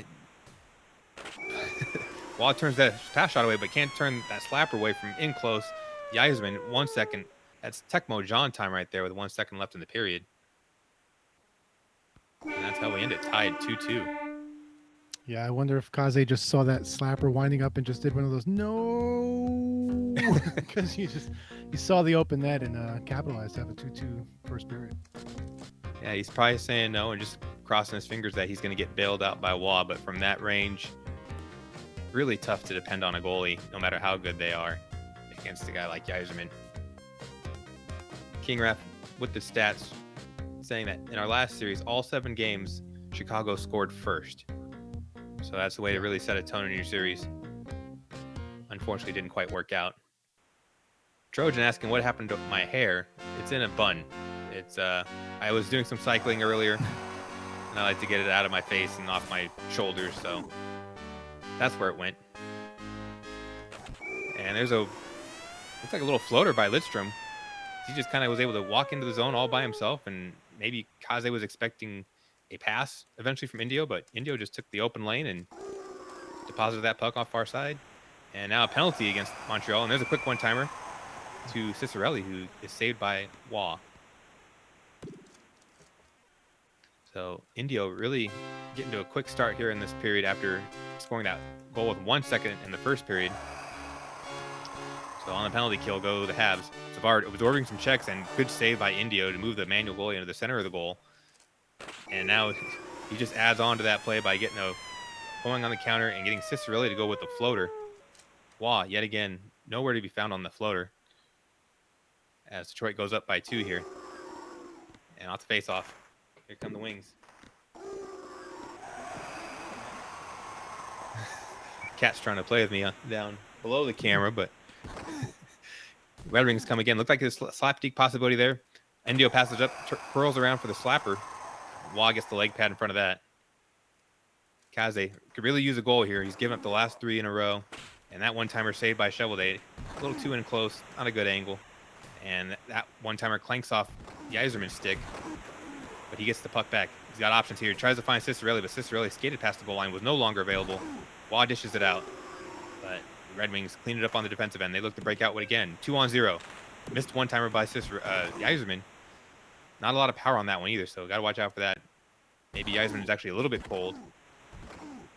And the Habs just can't get anything going in the offensive zone. They get wiped out in the neutral zone. Here comes Coffee. Over to Yzerman, who throws the puck away. Now, here come the Habs, 2-on-0, but Lidstrom gets back just in time, knocks the puck off the stick of LeBeau, and just still nothing going here for Kaze. Now there's a one-timer, beautiful play. That's the angle you want on a guy cutting into the slot like that. Cicerelli, 5-shot power.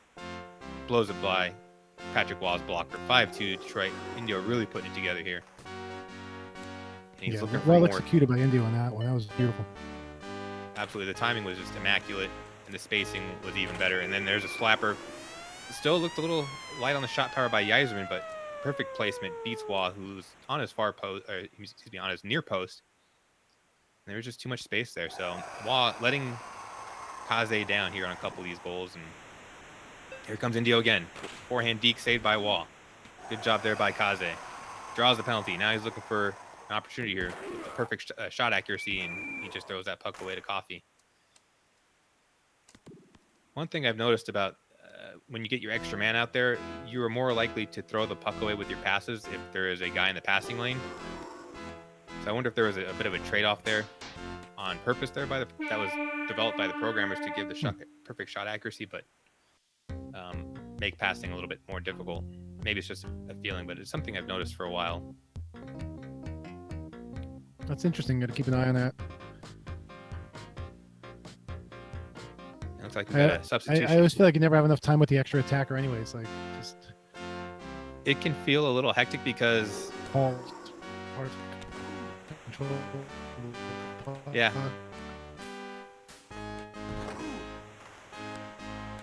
Here comes Cicerelli, newly at center.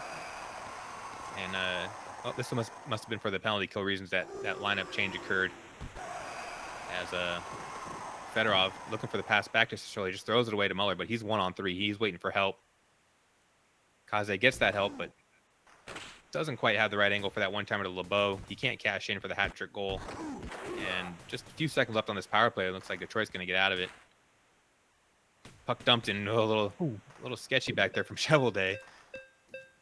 Those long-range float shots can be a real adventure. I know I've seen King Raft utilize those a little bit more often in some of his games. I don't know. Yeah, if that's I'm a big fan of or... those. I think if you're near the blue line and you don't really see a lot of things develop, you could, if you just go on your backhand and try to really float one up there, exactly what you're saying, just to cause some confusion, maybe get a funny bounce or just something. It's a lot better than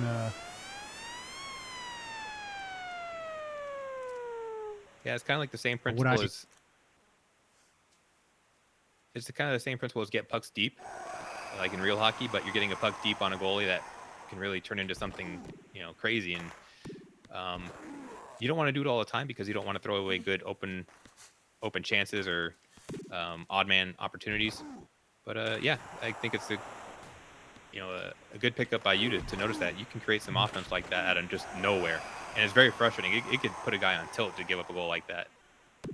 Yeah, and while this game is definitely out of hand, so we'll just chat a little bit here. I think what's interesting too is I think there may be something to just getting shots on goal to create some offense and things, because if you end up getting a few shots, then maybe the fortune of the game turns your way, where you may get one that just sneaks through the goalie just because maybe it's a program or something where the save percentage or something, or quality shots will create some offense for you. So it also gives you some shots on goal, which can be, I don't know, just a thought that maybe that helps helps your future, helps the rest of the game kind of develop for you. I wonder if it gets the crowd into it. Because usually they respond to saves. And then I know Mark Lesser was saying something about the crowd noise does help increase the pace of the game. However that works, I have no idea. Yeah, in the manual it says if you break the peak crowd noise, you get a 10% boost in... That's right, yeah. In game speed. I don't know if that applies in all game modes or what, but it is certainly a thing to think about. I mean, just even if it doesn't work and you just get the crowd going and it gets into the guy's head, like you get the music playing, you're Buffalo, and you get that annoying song going because you scored some cheapo goal. I mean, that's a good way to put a guy on tilt. Maybe get some momentum in your corner. Mm-hmm. So nice job by Indio there. He came back from a quick deficit in the first period and just really asserted his will there in a commanding victory, 7-2. So yeah, he really showed off what Detroit can do if they're able to counter, as a lot of those opportunities were off Montreal turnovers. It didn't seem like Montreal had a lot of pucks on net.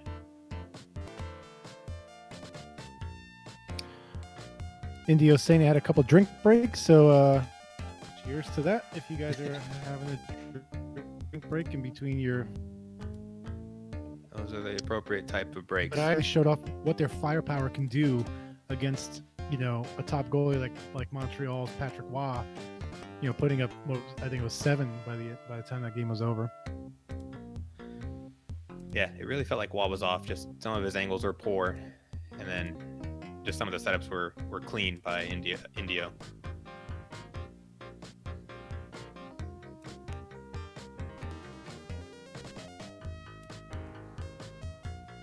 So they must be really drinking away here. I don't know what they're drinking, if they're just chugging beers or lining up shots and knocking them down. But these guys take their drinks serious.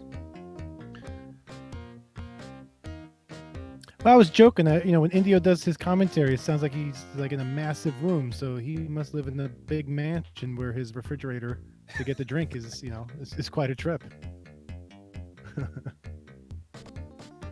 We got to do a donation to his channel so we can get him a refrigerator closer to his stream setup.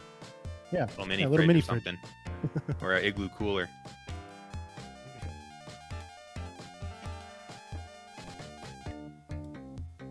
Yeah, looks like same lineup for Kaze. He's gonna go back to the well and see if it works out a little bit better here. Maybe he'll get some bounces in this matchup, and maybe Wah will make some saves. That'll keep him in it. And here he comes up the ice with Savard, 2-on-1. Doesn't really have a passing angle and just runs right into Shovel Day, taking the penalty. So, bit of a tough break there. Kind of skated himself into an odd situation, and paying the price for it now is Denny Savard. Odd place for a face-off, but that's where the refs decided to put it. And 2-on-0 for the Red Wings. They miss a one-timer on the power play here. And here comes Desjardins, not the guy you're looking to lead your rush, but beautiful pass over to Muller. And he pots one short side on the classic deke. Yeah, Desjardins got robbed of the assist. I mean, he skated all that way. Good eye by you to catch that. He skated all that way and gets nothing for it. So it's going to be tougher at contract negotiations for him at the end of the season when he has that apple not on his record. And here comes Schneider. He's looking for a one-timer pass, but Shovel Day meets it, shovels it aside, and there's an icing call on the power play, and those are never good.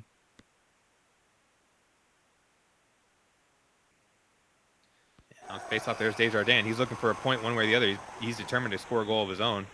And looks like a bit of a confusion there for Kaze on his player switch as he moved his player behind the net and then eventually got Wah and made that save. So not a conventional way to make that breakaway save, but it worked out nonetheless for Kaze as he's just about killed this penalty with Savard stepping back on the ice at right wing. And Wah pulling that off the goal line. Awkward save animation. And here come the Red Wings looking for the one-timer. Geiserman, kick save by Wah, kicks out to Muller. 2-on-1. Can't find LeBeau as Lidstrom knocks the puck off Muller's stick. And now Desjardins cruises back in. He wants to get back on that score sheet real bad. He's looking for some plays. He's going to go behind the net possibly, but he's taken down eventually. And now the Red Wings look to attack where he abandoned his post, and pass shot turned aside by Wah. Fedorov making a play back there, taking out two men, finding Cicerelli for a one-timer goal. Just incredible forecheck there. Dino just hiding over there. I didn't even see him. He just waiting. Yeah, really nicely anticipated by Indio. He must have just maybe seen something earlier, or he just figured, why not? It really worked out. And off the post goes Savard with the wrist shot. Now, slapper by Yzerman. There's a good save by Wah late in the first. And can Montreal get something going on here? This might be an icing, and indeed it is. A bit careless there by Kaze. Will it come back to haunt him? Plenty of time. Not the appropriate pass off the face-off win, and Montreal comes out unscathed. Anaheim winning in Hartford. Like, good to see that for the boys.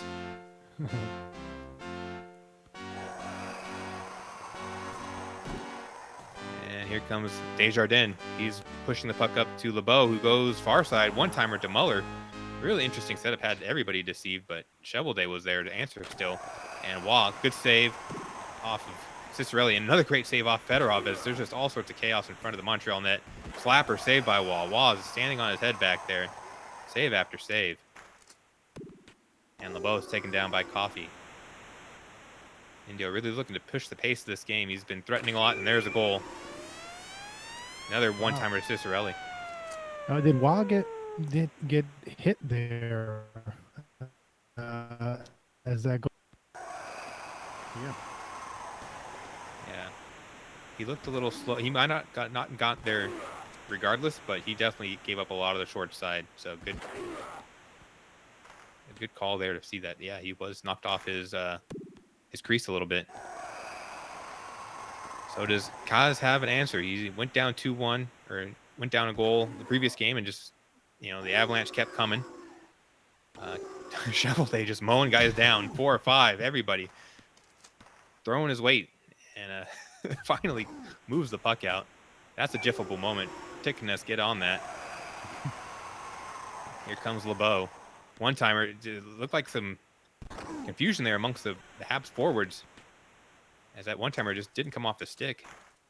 And here we go again. Here comes LeBeau looking for the deke, and he goes short side on the forehand. Pushes Shovelday out of the way. Won't knock him down that time.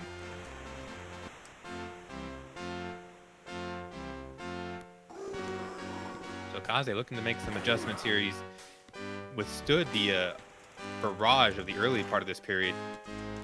But here come the Red Wings again. Short sides Dino. But Waz there with his leg pads. Pretty comfortable save. And here's Kaze, just cuts across the front of the net. Look for a one-timer against the grain. Muller not there, though. And now the Red Wings, just 25 seconds left in this period. Dino on the forehand, looking to pump so much lead there, and Wah meets him at the top of his crease and keep this game tied up 2-2.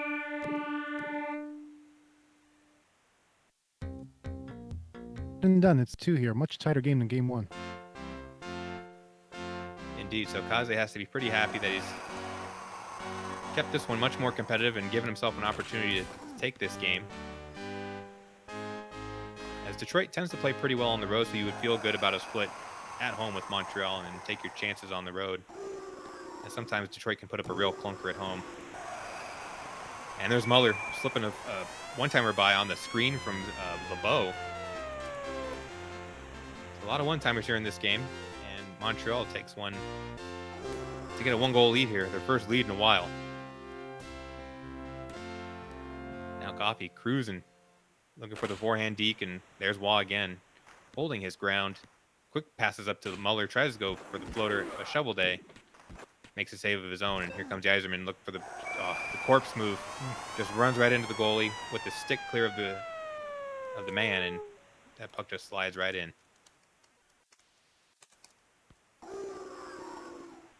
Here come the Red Wings looking for more, but Muller picks that pass off, trying to lead the attack. Detroit does get back, and there's just an errant pass by the Habs. Now here come the Wings. They're snapping it around, 4 or 5 passes in a row, waiting for the center to come into the play. Going for the floater does Dino. Wall lays down, gobbles it up. Now LeBeau looking for an opportunity here. Picks his spot, enters the zone. Now looking for something else to develop. He draws a penalty in the meantime. Goes around the net. Waiting for the extra attacker who never really shows up, and eventually Detroit touches up. Lidstrom heading over to the box. Going to get a line change here. Cicerelli going to come on to center. Yzerman to left wing. So we'll get the default sub on defense. Not quite sure who's going to come on. Might be Chason. Might be... Who knows, but we got Yzerman coming in. He gets wiped out. Good check there by the defenseman. And now Muller. He's up near the blue line, just looking for something to open up. Looks for the pass. Fires it wide. And there's a one-timer and a delayed penalty, so they're going to stay on the power play, do the Habs. And there goes Chase onto the box now. So Detroit can't buy a break here. They gave up the goal, and they're still down a man, as they need a goal here to try and tie this back up and get a 2-0 lead in this series, but Montreal working the puck up the ice. Here's Muller turning around, and he misfires that pass now. Yzerman's on the break. Huge dive. Wow, it just really came out. It looked like he warped into the forward almost. And that might just be enough for Montreal to hang on. As Shovelday cleans up that shot. Not enough time here probably for Detroit. Maybe one last pass shot, and Wah snaps it up. And that's your ball game. Eric Desjardins denied that first assist, but not denied the first star of the game. I think I'd probably throw my controller down and just I could after that that dive would have driven me crazy. So all respect to INDIO for continuing to play through this. That was insane. Yeah, it looked noticeably worse in that second game than it did in the first game. The lag did. Mm-hmm. And that dive kind of took the cake. So the warping's the best move if you could do it. Halifax said the host was clean. Kaze said it was clean. Indio said he was being driven nuts, but he's playing really well. He's playing solid despite all the noise. I mean, credit him for that. A lot of respect to Indio. I mean, I obviously I had a series with Kaze just a few days ago, and I just don't have the same patience for that. But nonetheless, good. It was a good effort by Indio there, and great comeback by Kaze after going down big in that first game. Absolutely, he could have just folded up his tent and taken the loss and tried to come back down 2-0, but he decided to fight through that one, managed it, and now he's got a power play here early in game 1 after losing. Was it Schneider or Desjardins, one of his D-men? And here comes Muller looking for the backhand deke, but not enough space there. Shovelday meets him at the pass. And so Breezeball coming in for Schneider, as he was the one that was injured. And here's Desjardins looking to build on that first star from the previous game. Slowly working the puck up the ice, finding Savard. I don't know how he got that pass off, but he did. And here's Savard spinning around in the corner, looking for the one-timer, eaten up there by the Red Wings defense. Here comes Yzerman. Going to the corner, going for the crease cut, saved by Wall on the slapper. Another save again. 3 saves in a row, and then the 4th one by Savard. As he drives the puck up the ice, looking for the one-timer. Actually goes for the backhander and hits Muller right in the skates. So that penalty is over now for Detroit. They're back to even strength. And Shovelday meets Savard up the top of the crease, takes the puck away, but still a one-timer opportunity there for LeBeau, who hits the post. Really tough angle. I don't think there was any daylight there, really. Surprised he even hit the post. And there's Lidstrom just on a bad dive by Kaze. Unfortunate there.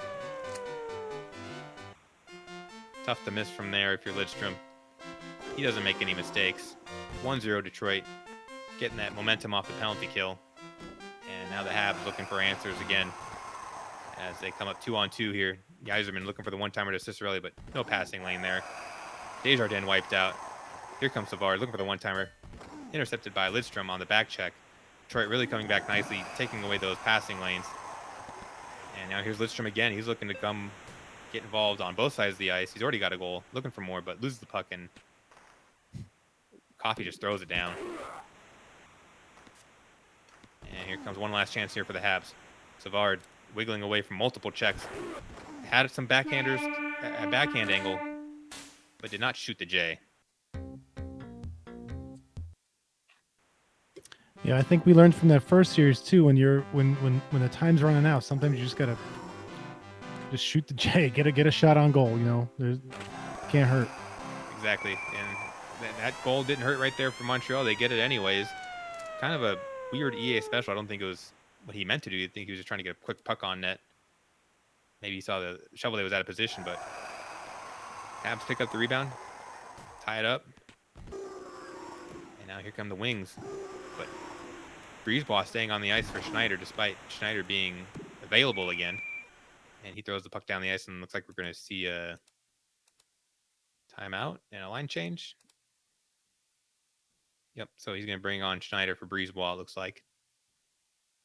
Does Kaze.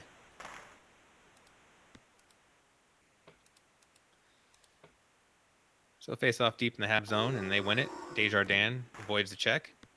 Shovels it up to Muller, who pushes it back to Savard, and he's looking to enter the zone. He does. Trying to bring it back to his forehand, but too much traffic there. Just Detroit really covering up the slot nicely there. Lidstrom takes down Muller. And now the Red Wings looking to attack. Pass shot saved by Waugh. Not much of an angle there for a pass shot, but you never know on some of those. And there's a floater from way out. Those are the floaters you see from guys like JR and Pavel Bure, not from Kirk Muller.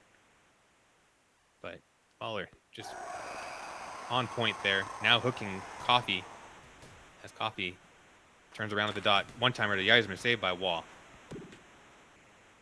And Desjardins slowly, meticulously looking for a pass. Finds Savard. Savard goes for the backhand floater. Shovelday has that one covered. And looks like we might have had a penalty call there, but wiped out by the rollback. As Desjardins again wiped out. Detroit quickly works the puck back up the ice. And their pass to the center does not materialize. And now Schneider throws it away, but he gets the puck right back. Tries to find Muller. Real sharp angle. And there's a save by Shovelday now. Here come the Red Wings. Saved by Wall on the slapper. And Schneider, I can see Kaze's really using his defensemen a lot more than I expected. Both of his starting defensemen, Schneider and Desjardins, had 0 goals on the year. And he's really leading a lot of attacks with them. So maybe this is one of his things he's trying to do to shake up his offensive attack. And I don't know if it's going to work out. He's been throwing away a lot of passes, and now he's giving up some odd man rushes. So maybe he's got to dial back this risk he's taking a little bit. I think eventually Detroit's going to figure that out.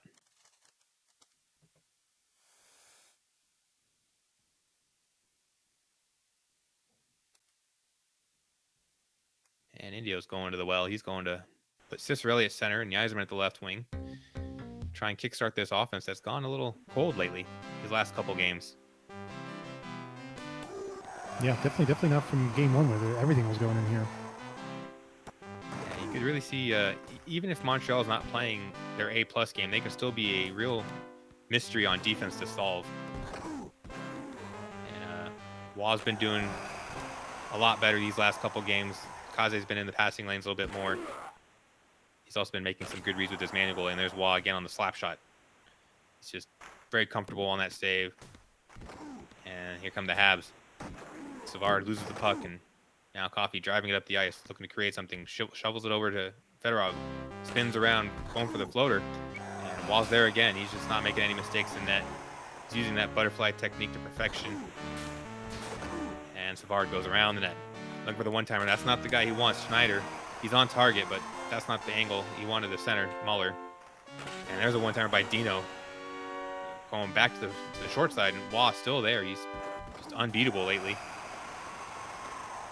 Indio really trying to crank up the pressure. Here he comes again. Cicerelli going for the slap deke. There's Waugh again. Just 4 or 5 shots already this period for Detroit, and none of them have really troubled Patrick Waugh in any way, shape, or form.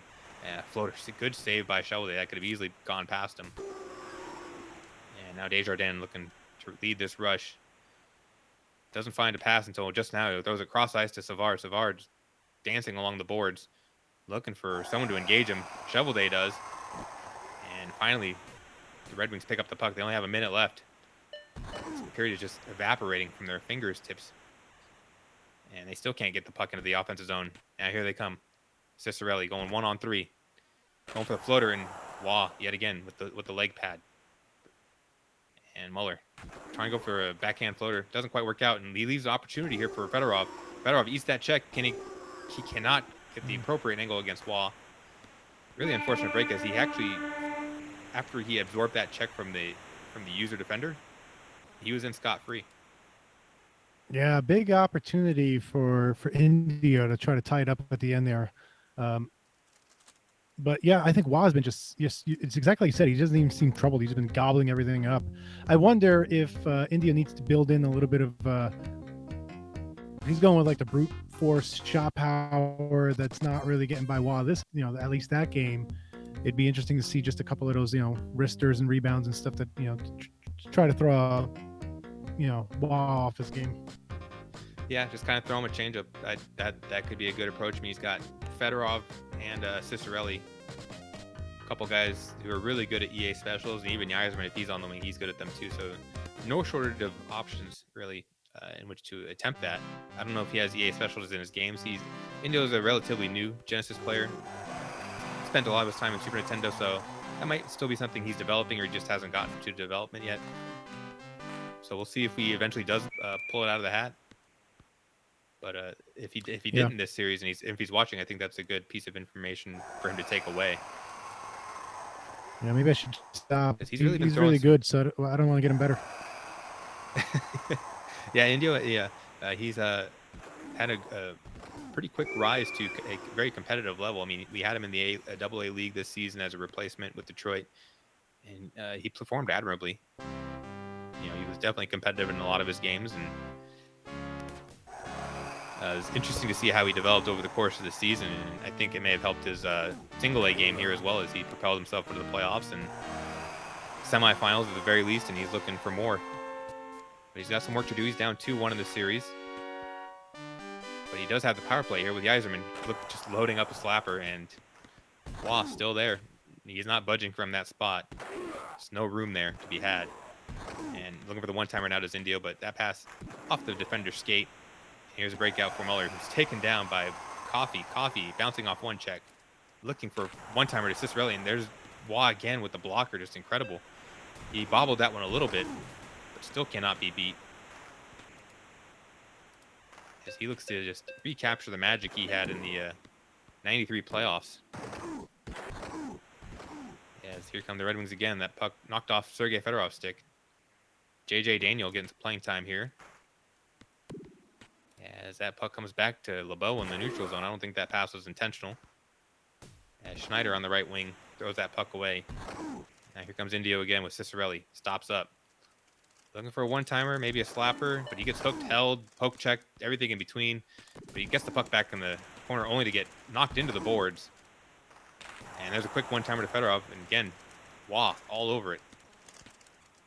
Don't know how many times I've said his name, but he's just been a workhorse back there for the Habs these last couple games. Breakout chance, pass shot. Like to see that actually from INDIO. Just change up the offensive look, and maybe you get a 5-hole slapper, or excuse me, 5-hole pass shot. A bit of a close call there at the end.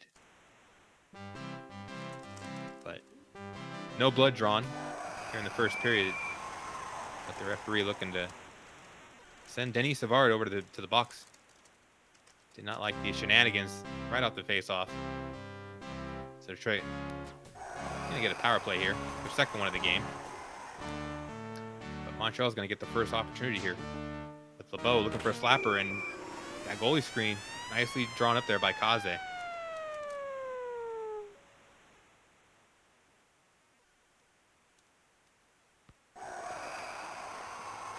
And now Coffee looking for a one-timer. That seen INDIO throw a lot of passes into the middle of the ice with Coffee, and not many of them have connected. So I know with Coffee you can get in love with the speed, but maybe doing a little stutter step or stopping up with him or going around the net and looking for a better opportunity might be a better course of action. But there's a good course of action right there, as that one-timer to Yzerman. Plenty of net to shoot at. Wah not in the picture there. And that's got to feel good for Detroit. Get a nice goal like that and tie this one up. Yeah, Kaze looked a little confused on that one. Like you're saying, couldn't get themselves situated. Wah out of position, gave away the puck, and Yzerman did not miss. Now the Red Wings want more after that save by Shovelday, but that pass didn't connect. Now the Habs looking to come in. LeBeau circles around, and the puck works its way to Fedorov now, who's on a breakaway. Stops up, goes for the forehand deke, and Wah just on both of those shots, including the rebound. That didn't look like to be what INDIO wanted to do exactly. But he's going to get another chance here with Fedorov, and a couple more shots lost all over those. So he's back to his previous ways. Just being a brick wall back there for Montreal. And now Muller looking for the one-timer to Savard, save, and there's another one-timer to LeBeau as just quick puck movement eventually beats Shovelday. Detroit a little out of sorts there on the back end with their men kind of on the perimeter of the play. And Kaze gets the lead back, and there's a slapper pumped by Cicerelli off the post. Close call. And there's a one-timer by Savard, saved by Shovelday. Puck dumped down, icing cleared, or waved off. And now Coffee looking for a net drive. That puck just squirts all the way over to the corner. Eventually Cicerelli picks it up, only to get wiped out. Wah gathers the puck, looking to distribute, sees Muller up the ice, absorbs a check. What's he going to do? He finds Savard for a short side deke, but Lidstrom cleans it up just in time. And that's going to end the period here, 2-1 Montreal. Critical period for Detroit coming up.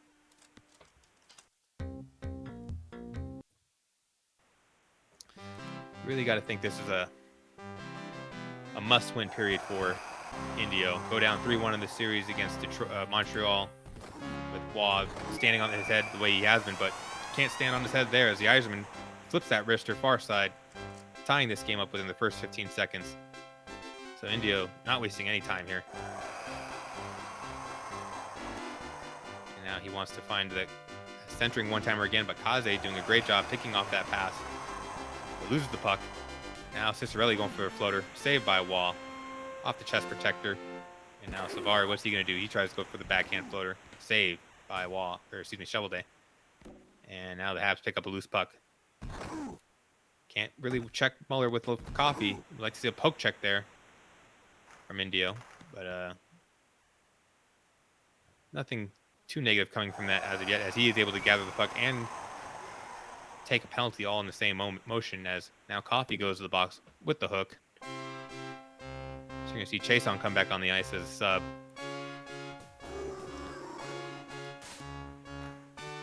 And looked like a one-time opportunity, but that one is not missed by Kaze, as LeBeau fills that lane and rifles that shot right by Shovel Day. That's the second time Kaze's, done a really good job of just moving the puck around and getting some, great one-timers. And Montreal, I think, plays its best when it's, utilizing all three forwards on offense. Yeah, definitely. They're a team with all good players, not any great players. So you don't want to focus the offense on any one guy too much if you can help it. Cicerelli eats that check and does a beautiful spin move to the slap deke. Oh, Just A+ stuff there from Indio on the shorthanded goal, tying this game right back up. It's a high-level goal if I've ever seen one. And the Yzerman looking for more, but there's Wah sticking out the leg, keeping this game tied, and Shovel Day just throws himself onto the boards to cover that puck up. Didn't want to take any chances. And now Schneider looking for an opportunity here to pass the puck off to Muller. Muller gets that one-timer off, but Shovel Day makes the save. And now here comes Desjardins. What is he going to do? He's looking for the one-timer, but that pass, I don't think that was the pass he wanted.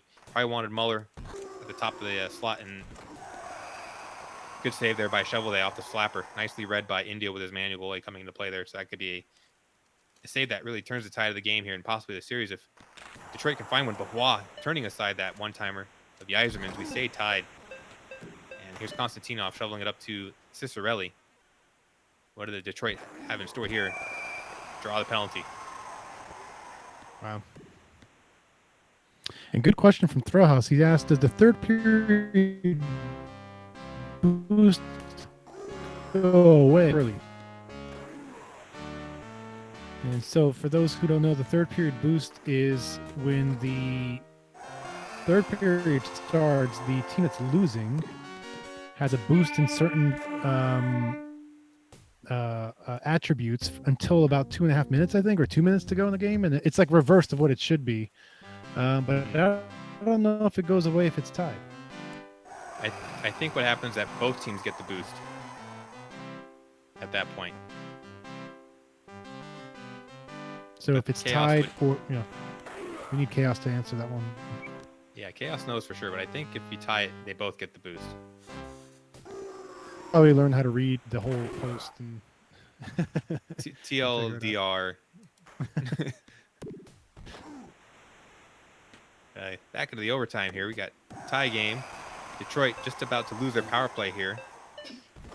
And there's another penalty. The referee staying involved in this game heavily as Geisman eats that check and fires a shot as saved by Wall with the shoulder, and Schneider going to the box now for Montreal. So can Montreal kill this penalty or score a shorthander of their own? Coffee dancing around looking for an opportunity here. There he goes behind the net. Using a more patient approach as Indio. And now Cicerelli on the cycle. Picks it up. What's he going to do? One-timer, incredible save by Kaze. Just meeting that one-timer at the perfect angle. But now taking another penalty. The sub, Daño, skating off to the box.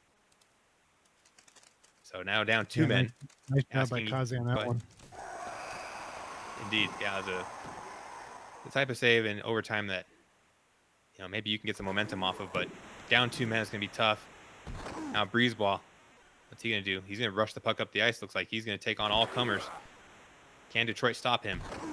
Going for the crease cut, turns it into a one-timer with Muller coming off the ice, and that one just didn't quite come off his stick.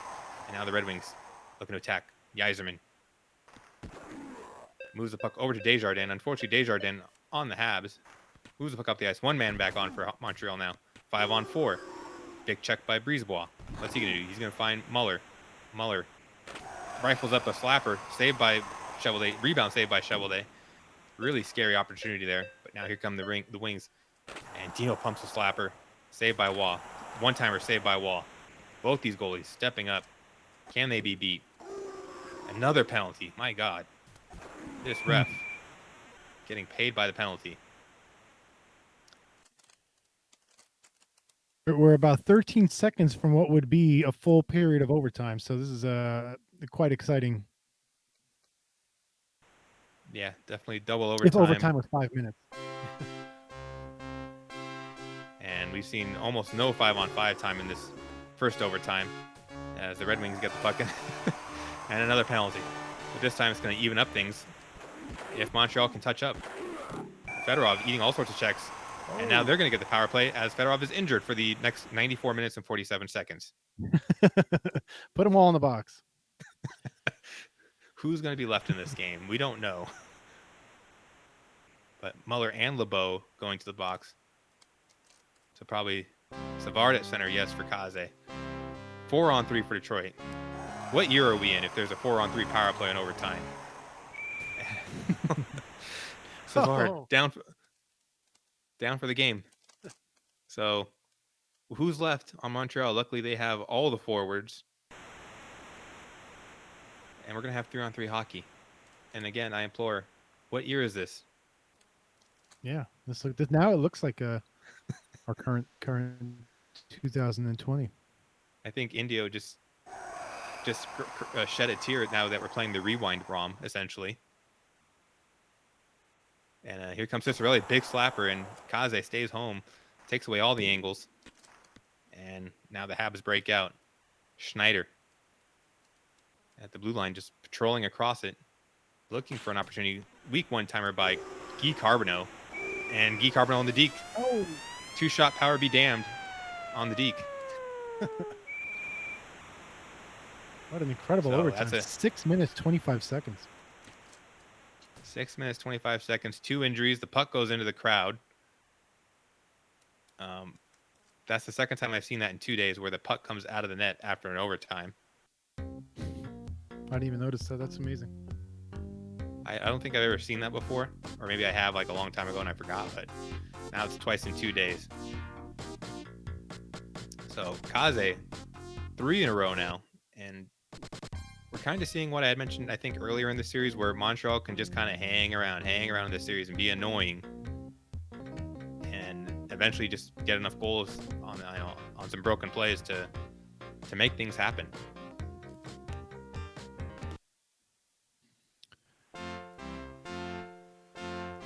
All right. A new call and a new video. Yeah, this video is about to end. Oh, you're right. Actually, looks like they desynced, I think. So yeah. Well, right. you guys have the other video? I do. Part 2? Yep. And I'm gonna make a new call. Okay. Because this one we ran out of our hour. Okay.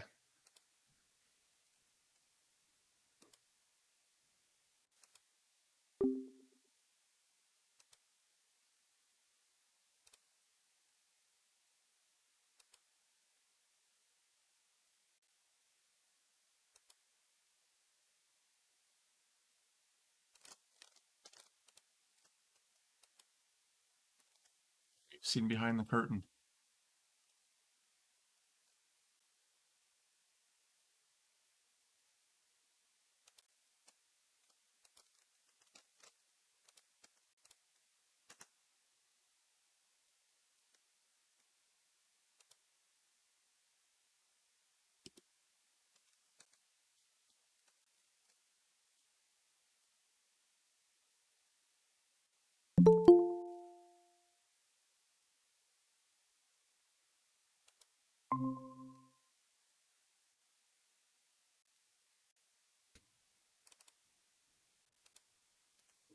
Don't tell me you guys are going to be on the opposite sides of the stream now. Should I come in? Should I leave and come in again? Yeah, that might be a little helpful. Okay. Just switch the names. Keep it consistent.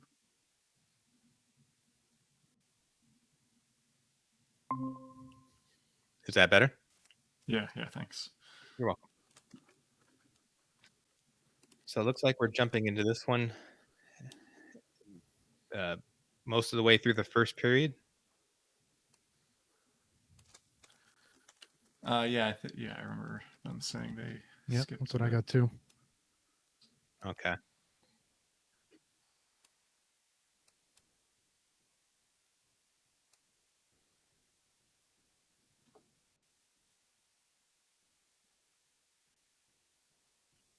So yeah, I guess I give the countdown. All right, we ready? Yep. 3, 2, 1, go.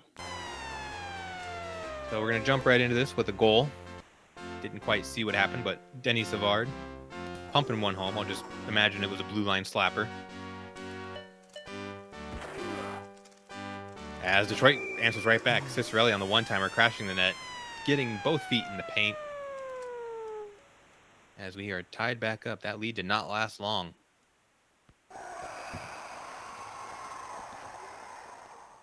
And now Savard slowly creeping into the zone. Pumps a slap shot, saved by Shovelday. And Savard can't quite wiggle his way past Shovelday. And there's a great save by Wall on the one-timer. Looked like a similar setup to one in, I think, Game 2 or Game 1 by INDIO. But Wall cutting it down. And really quick first period there.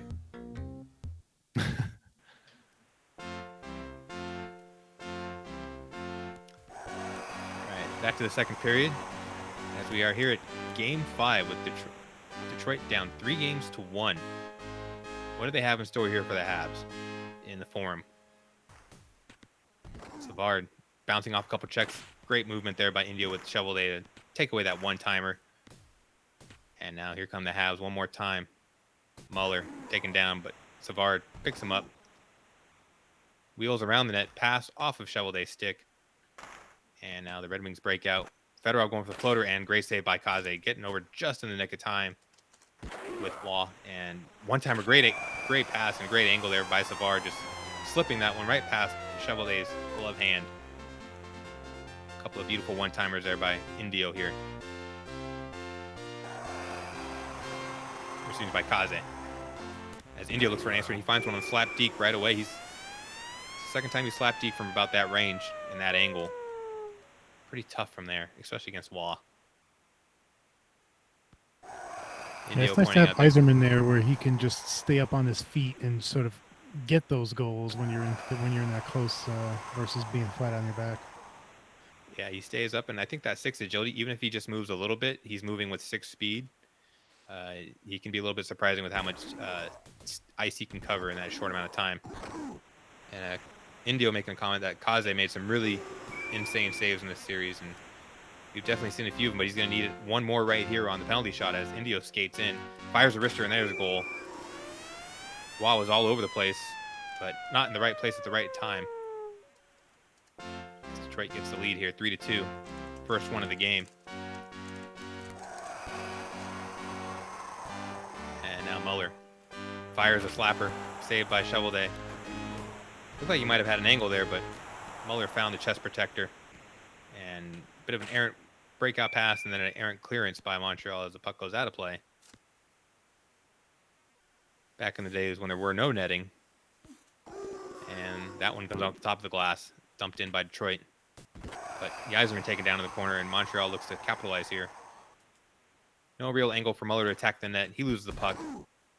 And eventually Montreal gathers it back, coming back into the zone. LeBeau circling around, stops up at the goal line, now goes around the net, stops behind the net, loses the puck, and Detroit looking for an outlet option, and Dino's just going to skate it up himself. He's going to go coast to coast perhaps, but Schneider knocks him off at the last moment. And now Savard, only a few seconds left in this period, penalty coming against Detroit. Will Montreal get a chance here? They don't, but there might be enough time for a one-timer off the face-off if they do it right. Yeah, this would be amazing if they get this up in 2 seconds, but to your point, AJ, it is possible. But you got to win the face-off, and that didn't happen there, so no threat. And looks like we're getting a little change up here by Detroit to get Cicerelli at center with the Yzerman in the box. Mr.T in the chat says earlier in the game we had a man in the yellow hat sighting. Fun fact that I learned from Scribe is when you see the man in the yellow hat, the referee will not drop the puck. Back and sit down in his chair. I didn't know that. Yes. Yeah, we'll not start this game until everyone is in their seat. It's a Right. polite thing of the referee to do. And LeBeau, nice little, nice little deke there by Kaze in his own right. Will not be shown up by Indio's dekes that we've seen in this game. And we got another tie score here as Yzerman looks to get that goal right back, but saved by Wall. Hasn't been quite on top of his game in this outing, but still 3-3 here in the second period. Montreal has to be liking their chances to try and take this series down, but Cicerelli just top shelf with authority on that one-timer. Those always feel good. Yeah. And here's Coffee looking for that, again, that centering pass right away. And that, too close to Cicerelli, couldn't get it off in time, and great floater by Muller on the response as Coffee was no longer in the picture. And only Lidstrom was back, and he didn't have a great angle to try and play defense there. Dangerous when you use your defenseman like a Coffee. One of the when you're coming in an offense on the counter, you are down to one defenseman or a breakaway. Yeah, that is certainly the downside. And one thing I like to do to try and mitigate some of that risk is I don't like to do backwards passes with my defenseman into the slot if I can help it, or back to the other, any backwards pass really. Because if I lose that pass, then I'm just kickstarting the other team's counterattack, and I'm really far away, probably facing the wrong direction with that defenseman, and it takes them forever to get back. So lateral passes or forward passes or just even shots can usually minimize some of that risk. That's a great tip. So we'll see Detroit drawing a penalty here. Maybe two of them, actually, as there was some hooking there by the defenseman. So we'll see how many guys go to the box. Yeah, the crowd booed twice. I think you may be right. And indeed, it is 2 penalties to Montreal. So we'll see what Detroit can cook up here on the power play. Yzerman eating a check after destroying a Habs forward, and they draw another penalty due to wings. One-timer by Lidstrom finds a top shelf from way downtown. And now Schneider cruises over to the box. So still 2-man advantage here. Yeah, Indio says this is when he paid the refs, and this is that good payment there. Yeah, he activated the Mutant League Hockey mode where you can bribe the ref. As now Detroit paying some of that back. Coffee going to the box. Still a power play, but not quite the one that he had before. And LeBeau stopping up, just kind of trying to bait the defenseman. Finds a lane to the goal and just ran out of angle there. And now Konstantinov up to Fedorov. Can we get Fedorov one-timer? That doesn't have the right angle to Cicerelli in that period. Excuse me, the game won 5-4. I thought it was second period. That short first period apparently screwed me up. Yeah, good job by Indio to force a game 6 here. Backs against the wall, just did enough to squeeze through Montreal this time. Really close series all the way. I say, the game 1 was a blowout, but everything else really close. Yeah, 17-7 on the shot total. I think Indio recognized that he wasn't shooting enough and shot the lights out there in the forum. And that's a good recipe for success. I mean, you're only giving up 7 shots, even if you get 4 goals. If you have that much zone time and that much pressure on the other net, things can generally work out. And both teams with 5.5 minutes even, equal to each other on the attack zone in that game. Is very interesting. Wow, that's not a lot of neutral zone time. Right. And look at the difference in shots. I mean, India was firing away in those 5.5 minutes. And what we've seen from Kaze is a lot of stop-ups at the blue line, just kind of waiting for things to happen, or for the rest of his team to come into the picture to try and help him out score on offense. And there's a one-timer saved by Wall. Cicerelli, that didn't look like his best shot that he's able to unleash there, so we'll have to keep an eye on him if he's perhaps cold. And now Schneider leading the attack. Stops up, gets the angle, but Coffee shoves him into the boards. And now Muller, top of the face-off circles. Kaze just kind of waiting for the right angle. It had the wide open net, did not hit the C button in time.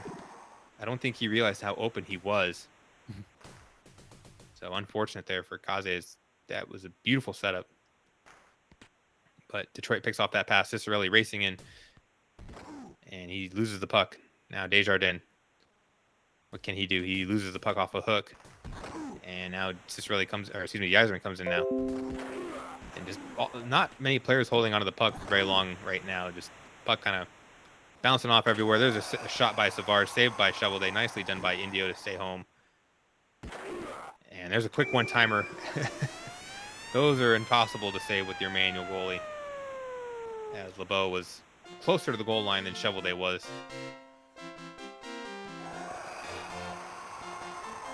And Yzerman gets taken down by Muller. Muller's got 4 checking, so you can't totally ignore him when he's not in user control, as he will occasionally just lay into your player like that. And Muller moves it over to Savard. Savard fakes the wraparound, finds Savard or Muller in the slot, and can't fire the shot away. You'd like to see Kaze thinking about shooting maybe a little bit more often. He's had a couple opportunities. He just passed up, and there's a good save by Waugh. Nicely done by Kaze. Looked like it might have been room for a slap deke there.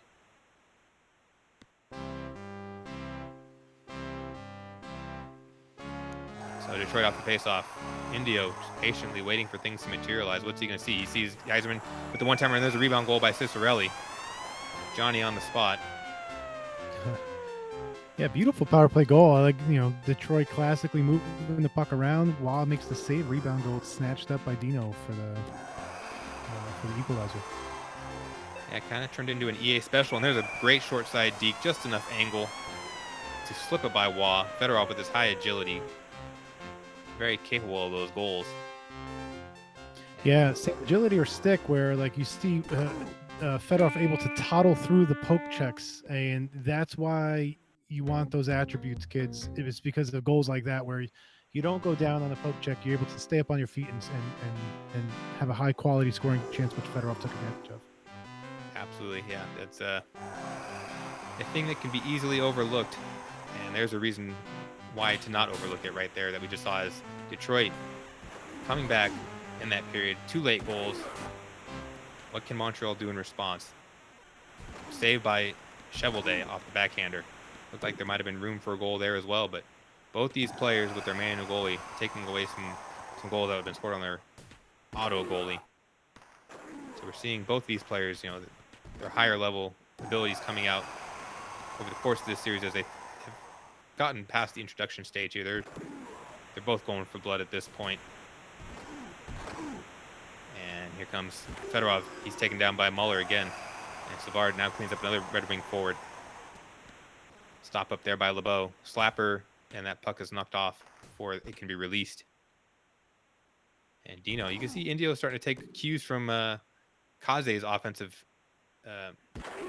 incursions as he's starting to stop up near the blue line as well, looking for one-timer opportunities a little bit more often. And Kaze can't quite find any help for his players. No puck support really. His center was knocked down, and now LeBeau loses the puck, and here comes Yzerman one-on-one. Rister saved by Waugh. I thought maybe we'd see a pass shot there, but no dice. Backhander crease cut by Savard, just turned away by Shovelday. Indio reading that beautifully. And there's a floater, and Muller just taps that rebound in. Yeah, it was a great save by Indio. One a little bit of a payback from the previous goal. We got a shot, rebound, and cleaned up by Muller. Nicely done by Kaze. Indeed, our last 2 goals, rebound goals, and it just shows how important it is to get good puck support and put pucks on net, and sometimes things can happen. As here come the Habs one more time, with Schneider finds Muller in the slot, goes for the floater, saved by Shovelday. That looked like it'd be a more dangerous opportunity than it actually turned out to be. That was a really nice pass ran out of to the center by time. Kaze. Kaze maybe wanted to get a little wider on that to create a little more of that open space on the forehand side. Just you're right. He got the shot off with no time left in that period. And Waugh makes a save here at the beginning of the period. And Muller cannot shake off Cicerelli. And now Detroit attacks. One-timer saved by Waugh. Give up a big rebound, but into the corner. No real danger coming off of it. But the Red Wings coming into the offensive zone again. One-timer. That would have been a great angled one-timer. But the pass was just ever so slightly off. And Montreal dodges a bullet. And there's Schneider. Laying out Detroit, bringing the puck deep into the zone. So Muller going all the way around the net. Might have had a quick wraparound chance there as the goalie was screened, but didn't take it. Took the long route around the net. And no offensive chance materialized after that. And now the Red Wings going for the one-timer saved by Waugh. It looked like there's plenty of daylight. But Waugh wasn't having it. Wow, that's why those are those saves. Amazing by Patrick Waugh. Not sure many of the other goalies would have made that one. Oh, maybe Belfour, maybe Fuhrer. That's it. Penalty I don't- shot? Oh no, interference. And a penalty shot. Penalty shot, and there's a save by Shovel. They just, wow. That might have been a crease crash goal had the play been extended any longer than it was. Yeah, I think you're right. Really funny. Savard should have taken the shot, but he was in the box. That's just. Yeah, you probably would rather Savard in that situation because he has the better skating. So maybe a bad break for Montreal in that case. But nonetheless, we carry on, tied up still in this elimination game. Can Detroit stay alive a little bit longer to force Game 7? They're going to need a goal here. And they're on the power play, so it definitely doesn't hurt. As Fedorov looking for something to be created here. Just, his players became stacked. There was no longer a passing lane. And wow, what a save on the floater by Waugh with the toe. And this game still tied somehow. The Yzerman can't quite drive the puck into the slot, and looks like we might have overtime. If we can, I might speak too soon here as we have a face-off. Does Montreal have a goal in him here? They get the face-off. Need a one-timer, and not the execution that you would like to see if you're Kaze. Just doesn't take advantage of that opportunity. It could have been something to clinch the series, but now we go to another overtime. Game 6 overtime, and the ref getting involved yet again right away. Detroit taking a penalty. Montreal with the perfect shot accuracy. Just cannot find an opportunity to unleash it as Cicerelli will go to the box. And so Game 5 was the one we just watched. That was the big overtime where Game 4 was the big overtime. Game 4, right? Oh, Game 5 was I got it. 5-4, and they held on. So we've had our second overtime here where we had the big 3-on-3. Chevelday screened on multiple occasions there, but Montreal cannot find the opportunity to shoot the puck yet again. They really need to stop looking for the perfect opportunity as the Yzerman just throws one at net, gets Waugh to go down, kind of a modified crease cut from a little bit further out, and we got ourselves a Game 7. Wow. Yeah, that's 2 games. So good job by Indio to climb back, right? Had to win those last 2 games as Montreal was up 3-1 in the series, and wow. Yeah, just when we thought, Montreal had this in the bag with 3 wins in a row, last 2 games they had 7 shots and 8 shots. So that's not the type of output that you're looking for to close out a series. He's been kind of on his heels a little bit more often than I think he would like. Yeah, I agree. It's almost like it's similar to how Thrillhouse in the previous series didn't take a lot of shots, waited for a lot of high opportunities. But once you start shooting some more, or switch something up here, Kaze really does great one-timer opportunities, and he really has some tremendous dekes in close too. So, but neither of these guys doing any EA specials, right? I don't think we've seen, or really, like you're saying, modified ones where it's just get some shots on goal, rebounds can happen, but definitely nothing on purpose. So this Game 7 plays out. Yeah, we'll see if Kaze changes his approach at all.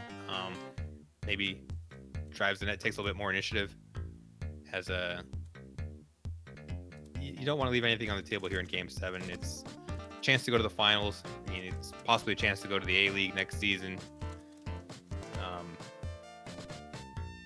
So there's a lot on the line for both these guys. Yeah, it's like another drink break.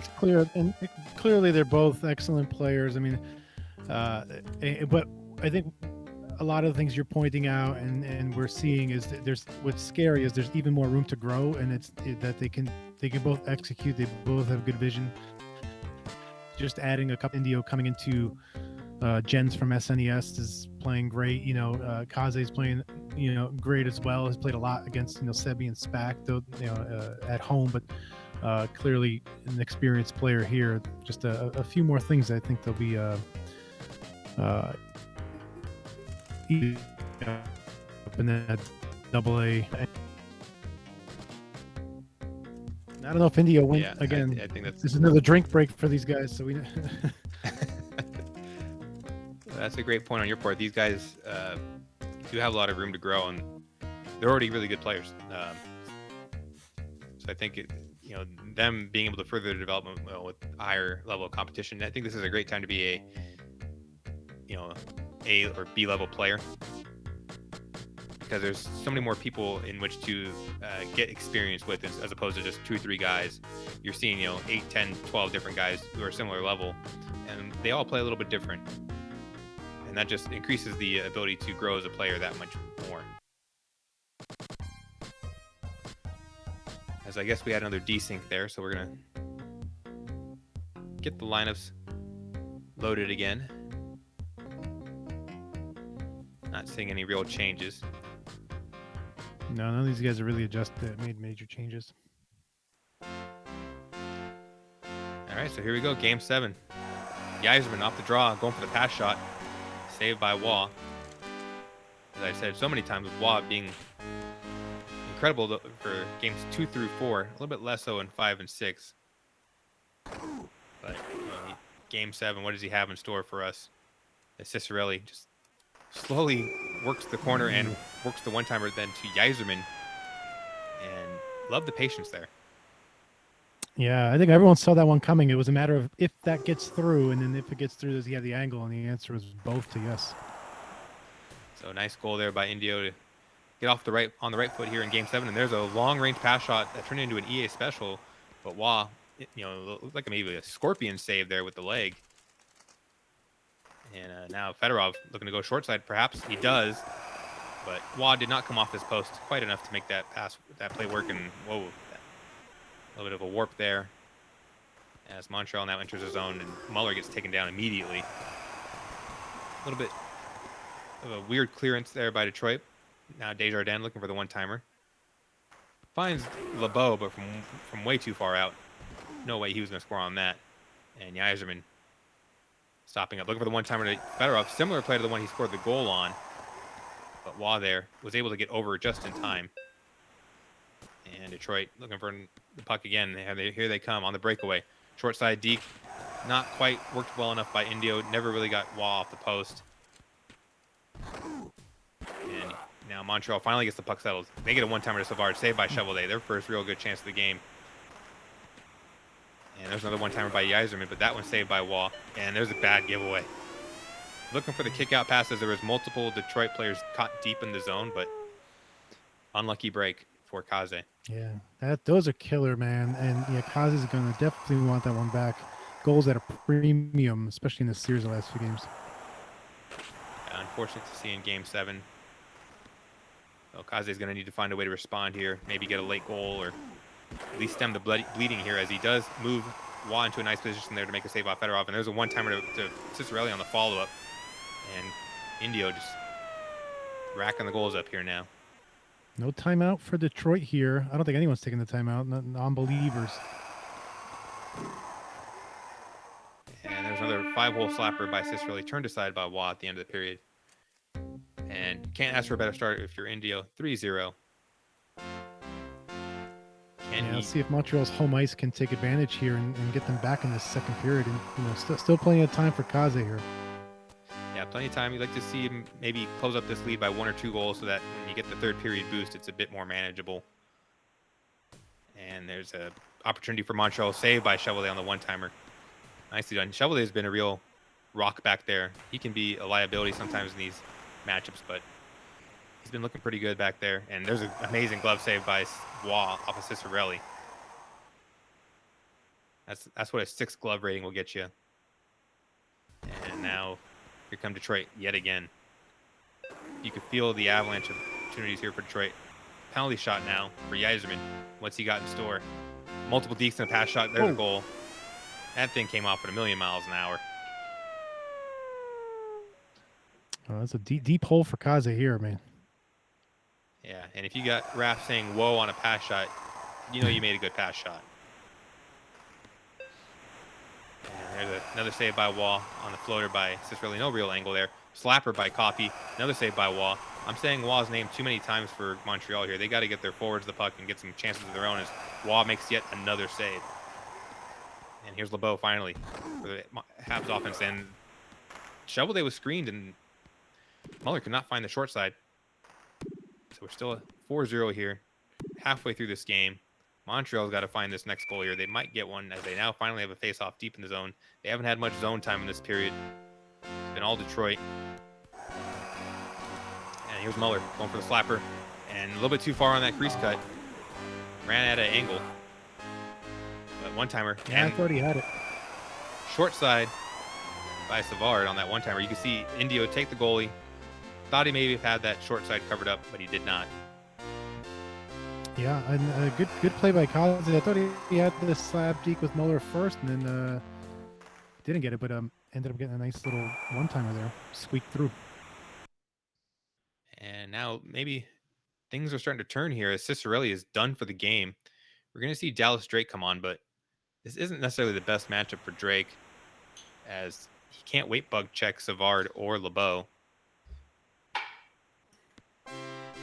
So we'll see just how much of an impact he has in this game. As Montreal now shorthanded, but still needing goals. So we'll see it. Kaze push the attack here. There's multiple spin moves in the slot with LeBeau. Cannot cut his way through this defense as Detroit, even in the power play, their defensive AI is rather impressive here, just clogging up the slot. And they finally get the puck off LeBeau's stick. They're not really concerned with how much time they take off the clock here, as they feel like with 4 goals, that's probably enough to win this game. And that's the way they go into period 3 here. Yeah, and you pointed it out. I mean, defense has really just clogged up most of Montreal's opportunities. Even when they're skating around, nothing's opening up. It's like just red jerseys and like a nice tight circle in front of the goalie. Really hard for Kaze to get anything going here. But Kaze finally able to slice through that defense and bypass the one-time opportunity for the short side deke, and now we got ourselves a game here. 4-2. Montreal's boosted. This period, the penalties almost killed off, and that was a nice one-timer setup. And Shovelday, strong save. And now Montreal's going to go on the power play. Oh wow! I'm feeling the momentum going Montreal's way right at the start of this third period. You can just feel this tidal wave going their way. And just as that guy in the yellow hat sits down, the puck is dropped. See? Scribe knows what he's talking about. And pass shot by Muller on Wah. Wah coming up with saves against his own players now. As a penalty, looks like a charge there by Muller, or a slash. So bad break. Going to see Savard move over to the center spot.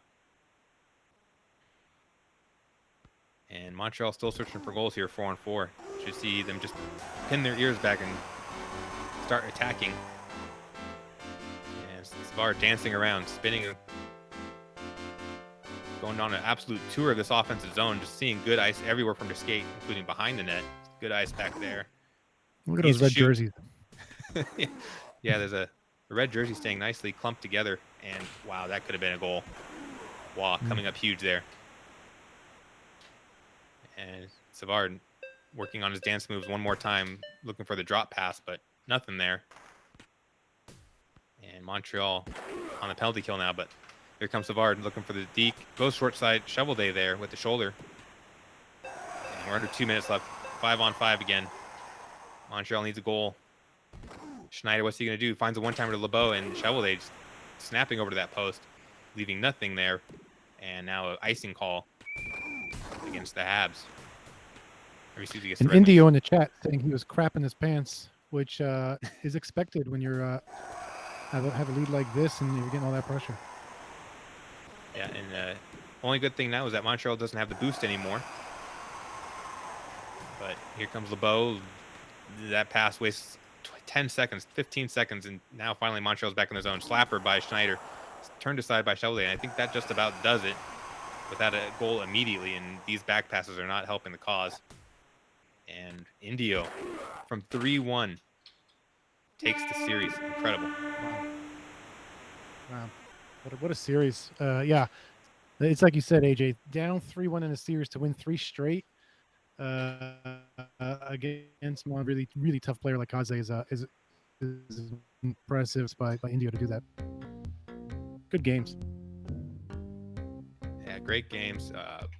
Both players showing us, why they're in this level, why they have room for so much more. I mean, both these guys, they can be, with a little bit more time, a little bit more seasoning, just a real handful for anybody. And they clearly have the mental toughness to withstand a 7-game series and continue playing at a high level. So the finals in A will be Mr.T versus INDIO, right? We got a Vancouver-Detroit matchup, and that's going to be pretty intense and crazy. That's a lot of speed and firepower. Yeah, that should be a more wide open series, I think. There's maybe some more goals as both those offenses can overwhelm the goaltending and even the defenses. So, hopefully we can get that on a stream as well. Don't know who may bring that to you. Maybe Smiles will do it again, or Seb, or Dan, or who knows. But definitely keep your eyes out for that one.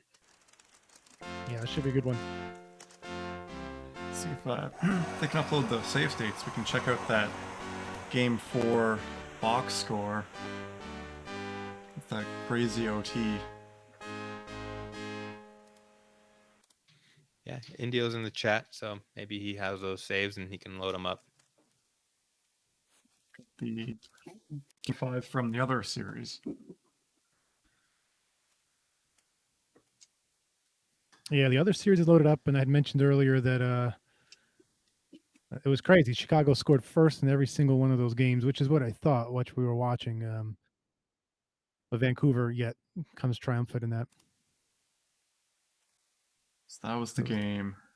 Bure scored with 3 goals left. This is the OT game, Game 5 from first series. Bure scores with 3 seconds left. Linden 3.5 minutes into overtime. Yeah, Chicago was up 2-0, 2-2, 4-2 Chicago, 4-4. So Vancouver just repeatedly not letting Chicago get away from them.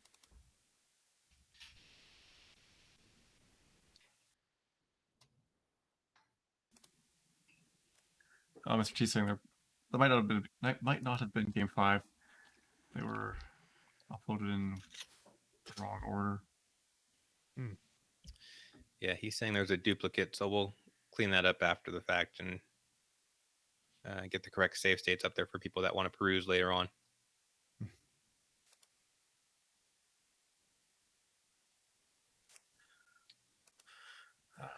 For INDIO. INDIO's in the chat. And I don't see Kaze in there. Well, if we see Seb, that's good enough. Seb's in there.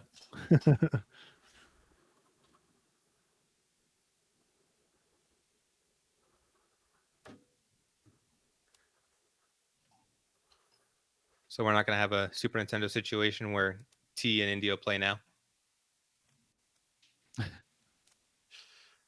Oh, it's already midnight. T's already saying no, so I guess that's not going to work. Right. Are they really matched up in Super Nintendo? Well, I mean, Super Nintendo AAA had the situation where the two semifinal series happened, and then the finals right after that. Oh yeah. Yeah, I erased that one. Yeah, I don't blame you. I try to throw those, Oh, man. those occurrences away as quickly as possible. That of games in over the years, and they're always super painful that same day, but then they go away in a few days and to the next league. Yeah, luckily we don't have to wait months like we used to for the next one to fire up. There's always another one around the corner. Looks like you guys are facing off in the AA finals. Winnipeg versus Vancouver. That speed matchup. Yeah, that's Yeah, different from. Go ahead. I was gonna say, well, I know we've been holding things up. We'll sync up. I think we're saying sometime after Christmas, but before the New Year, sometime next week. We'll definitely get it in. I see the first box score is up. So that one, it's Montreal, Detroit. Then Detroit just scored a bunch. Montreal was winning 2-1. INDIO just took over.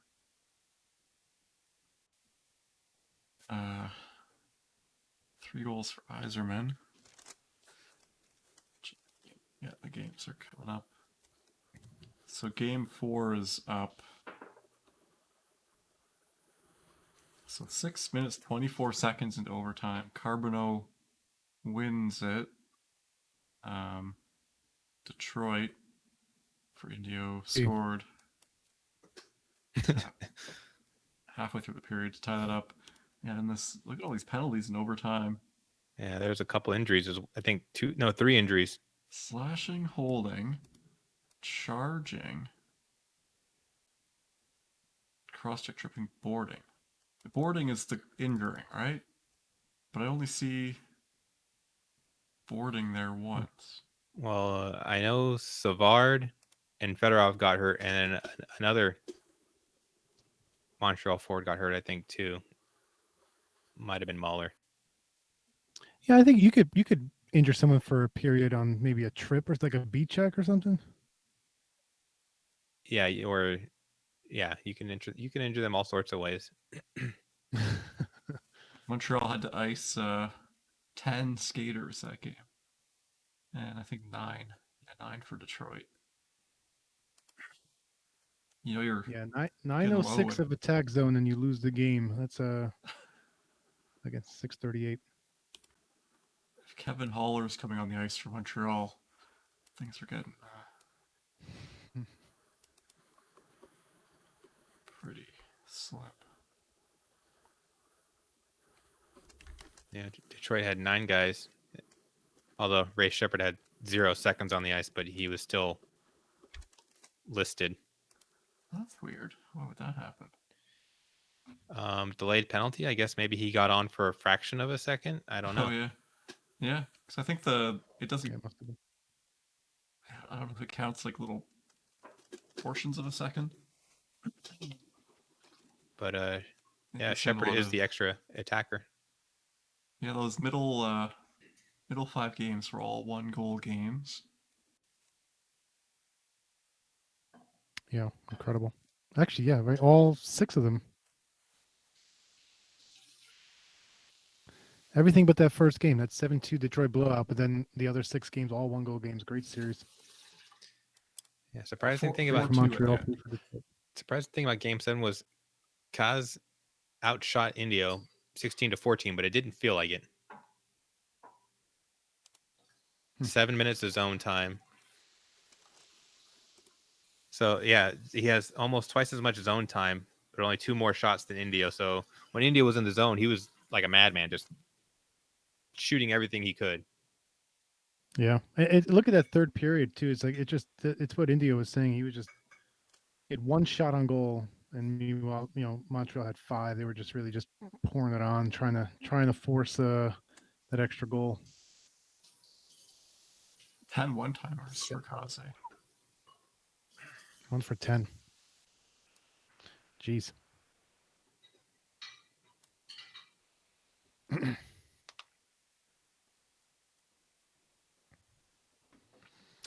Well, thanks for streaming as usual. Smaz, thanks for inviting me, and Thanks for both for of you everyone coming on. who's Yes, thank you for the invite as celebrating. well.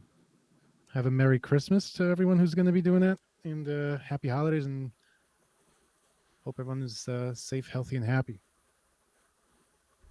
Well said. Yeah. Yeah, thanks everyone for joining us.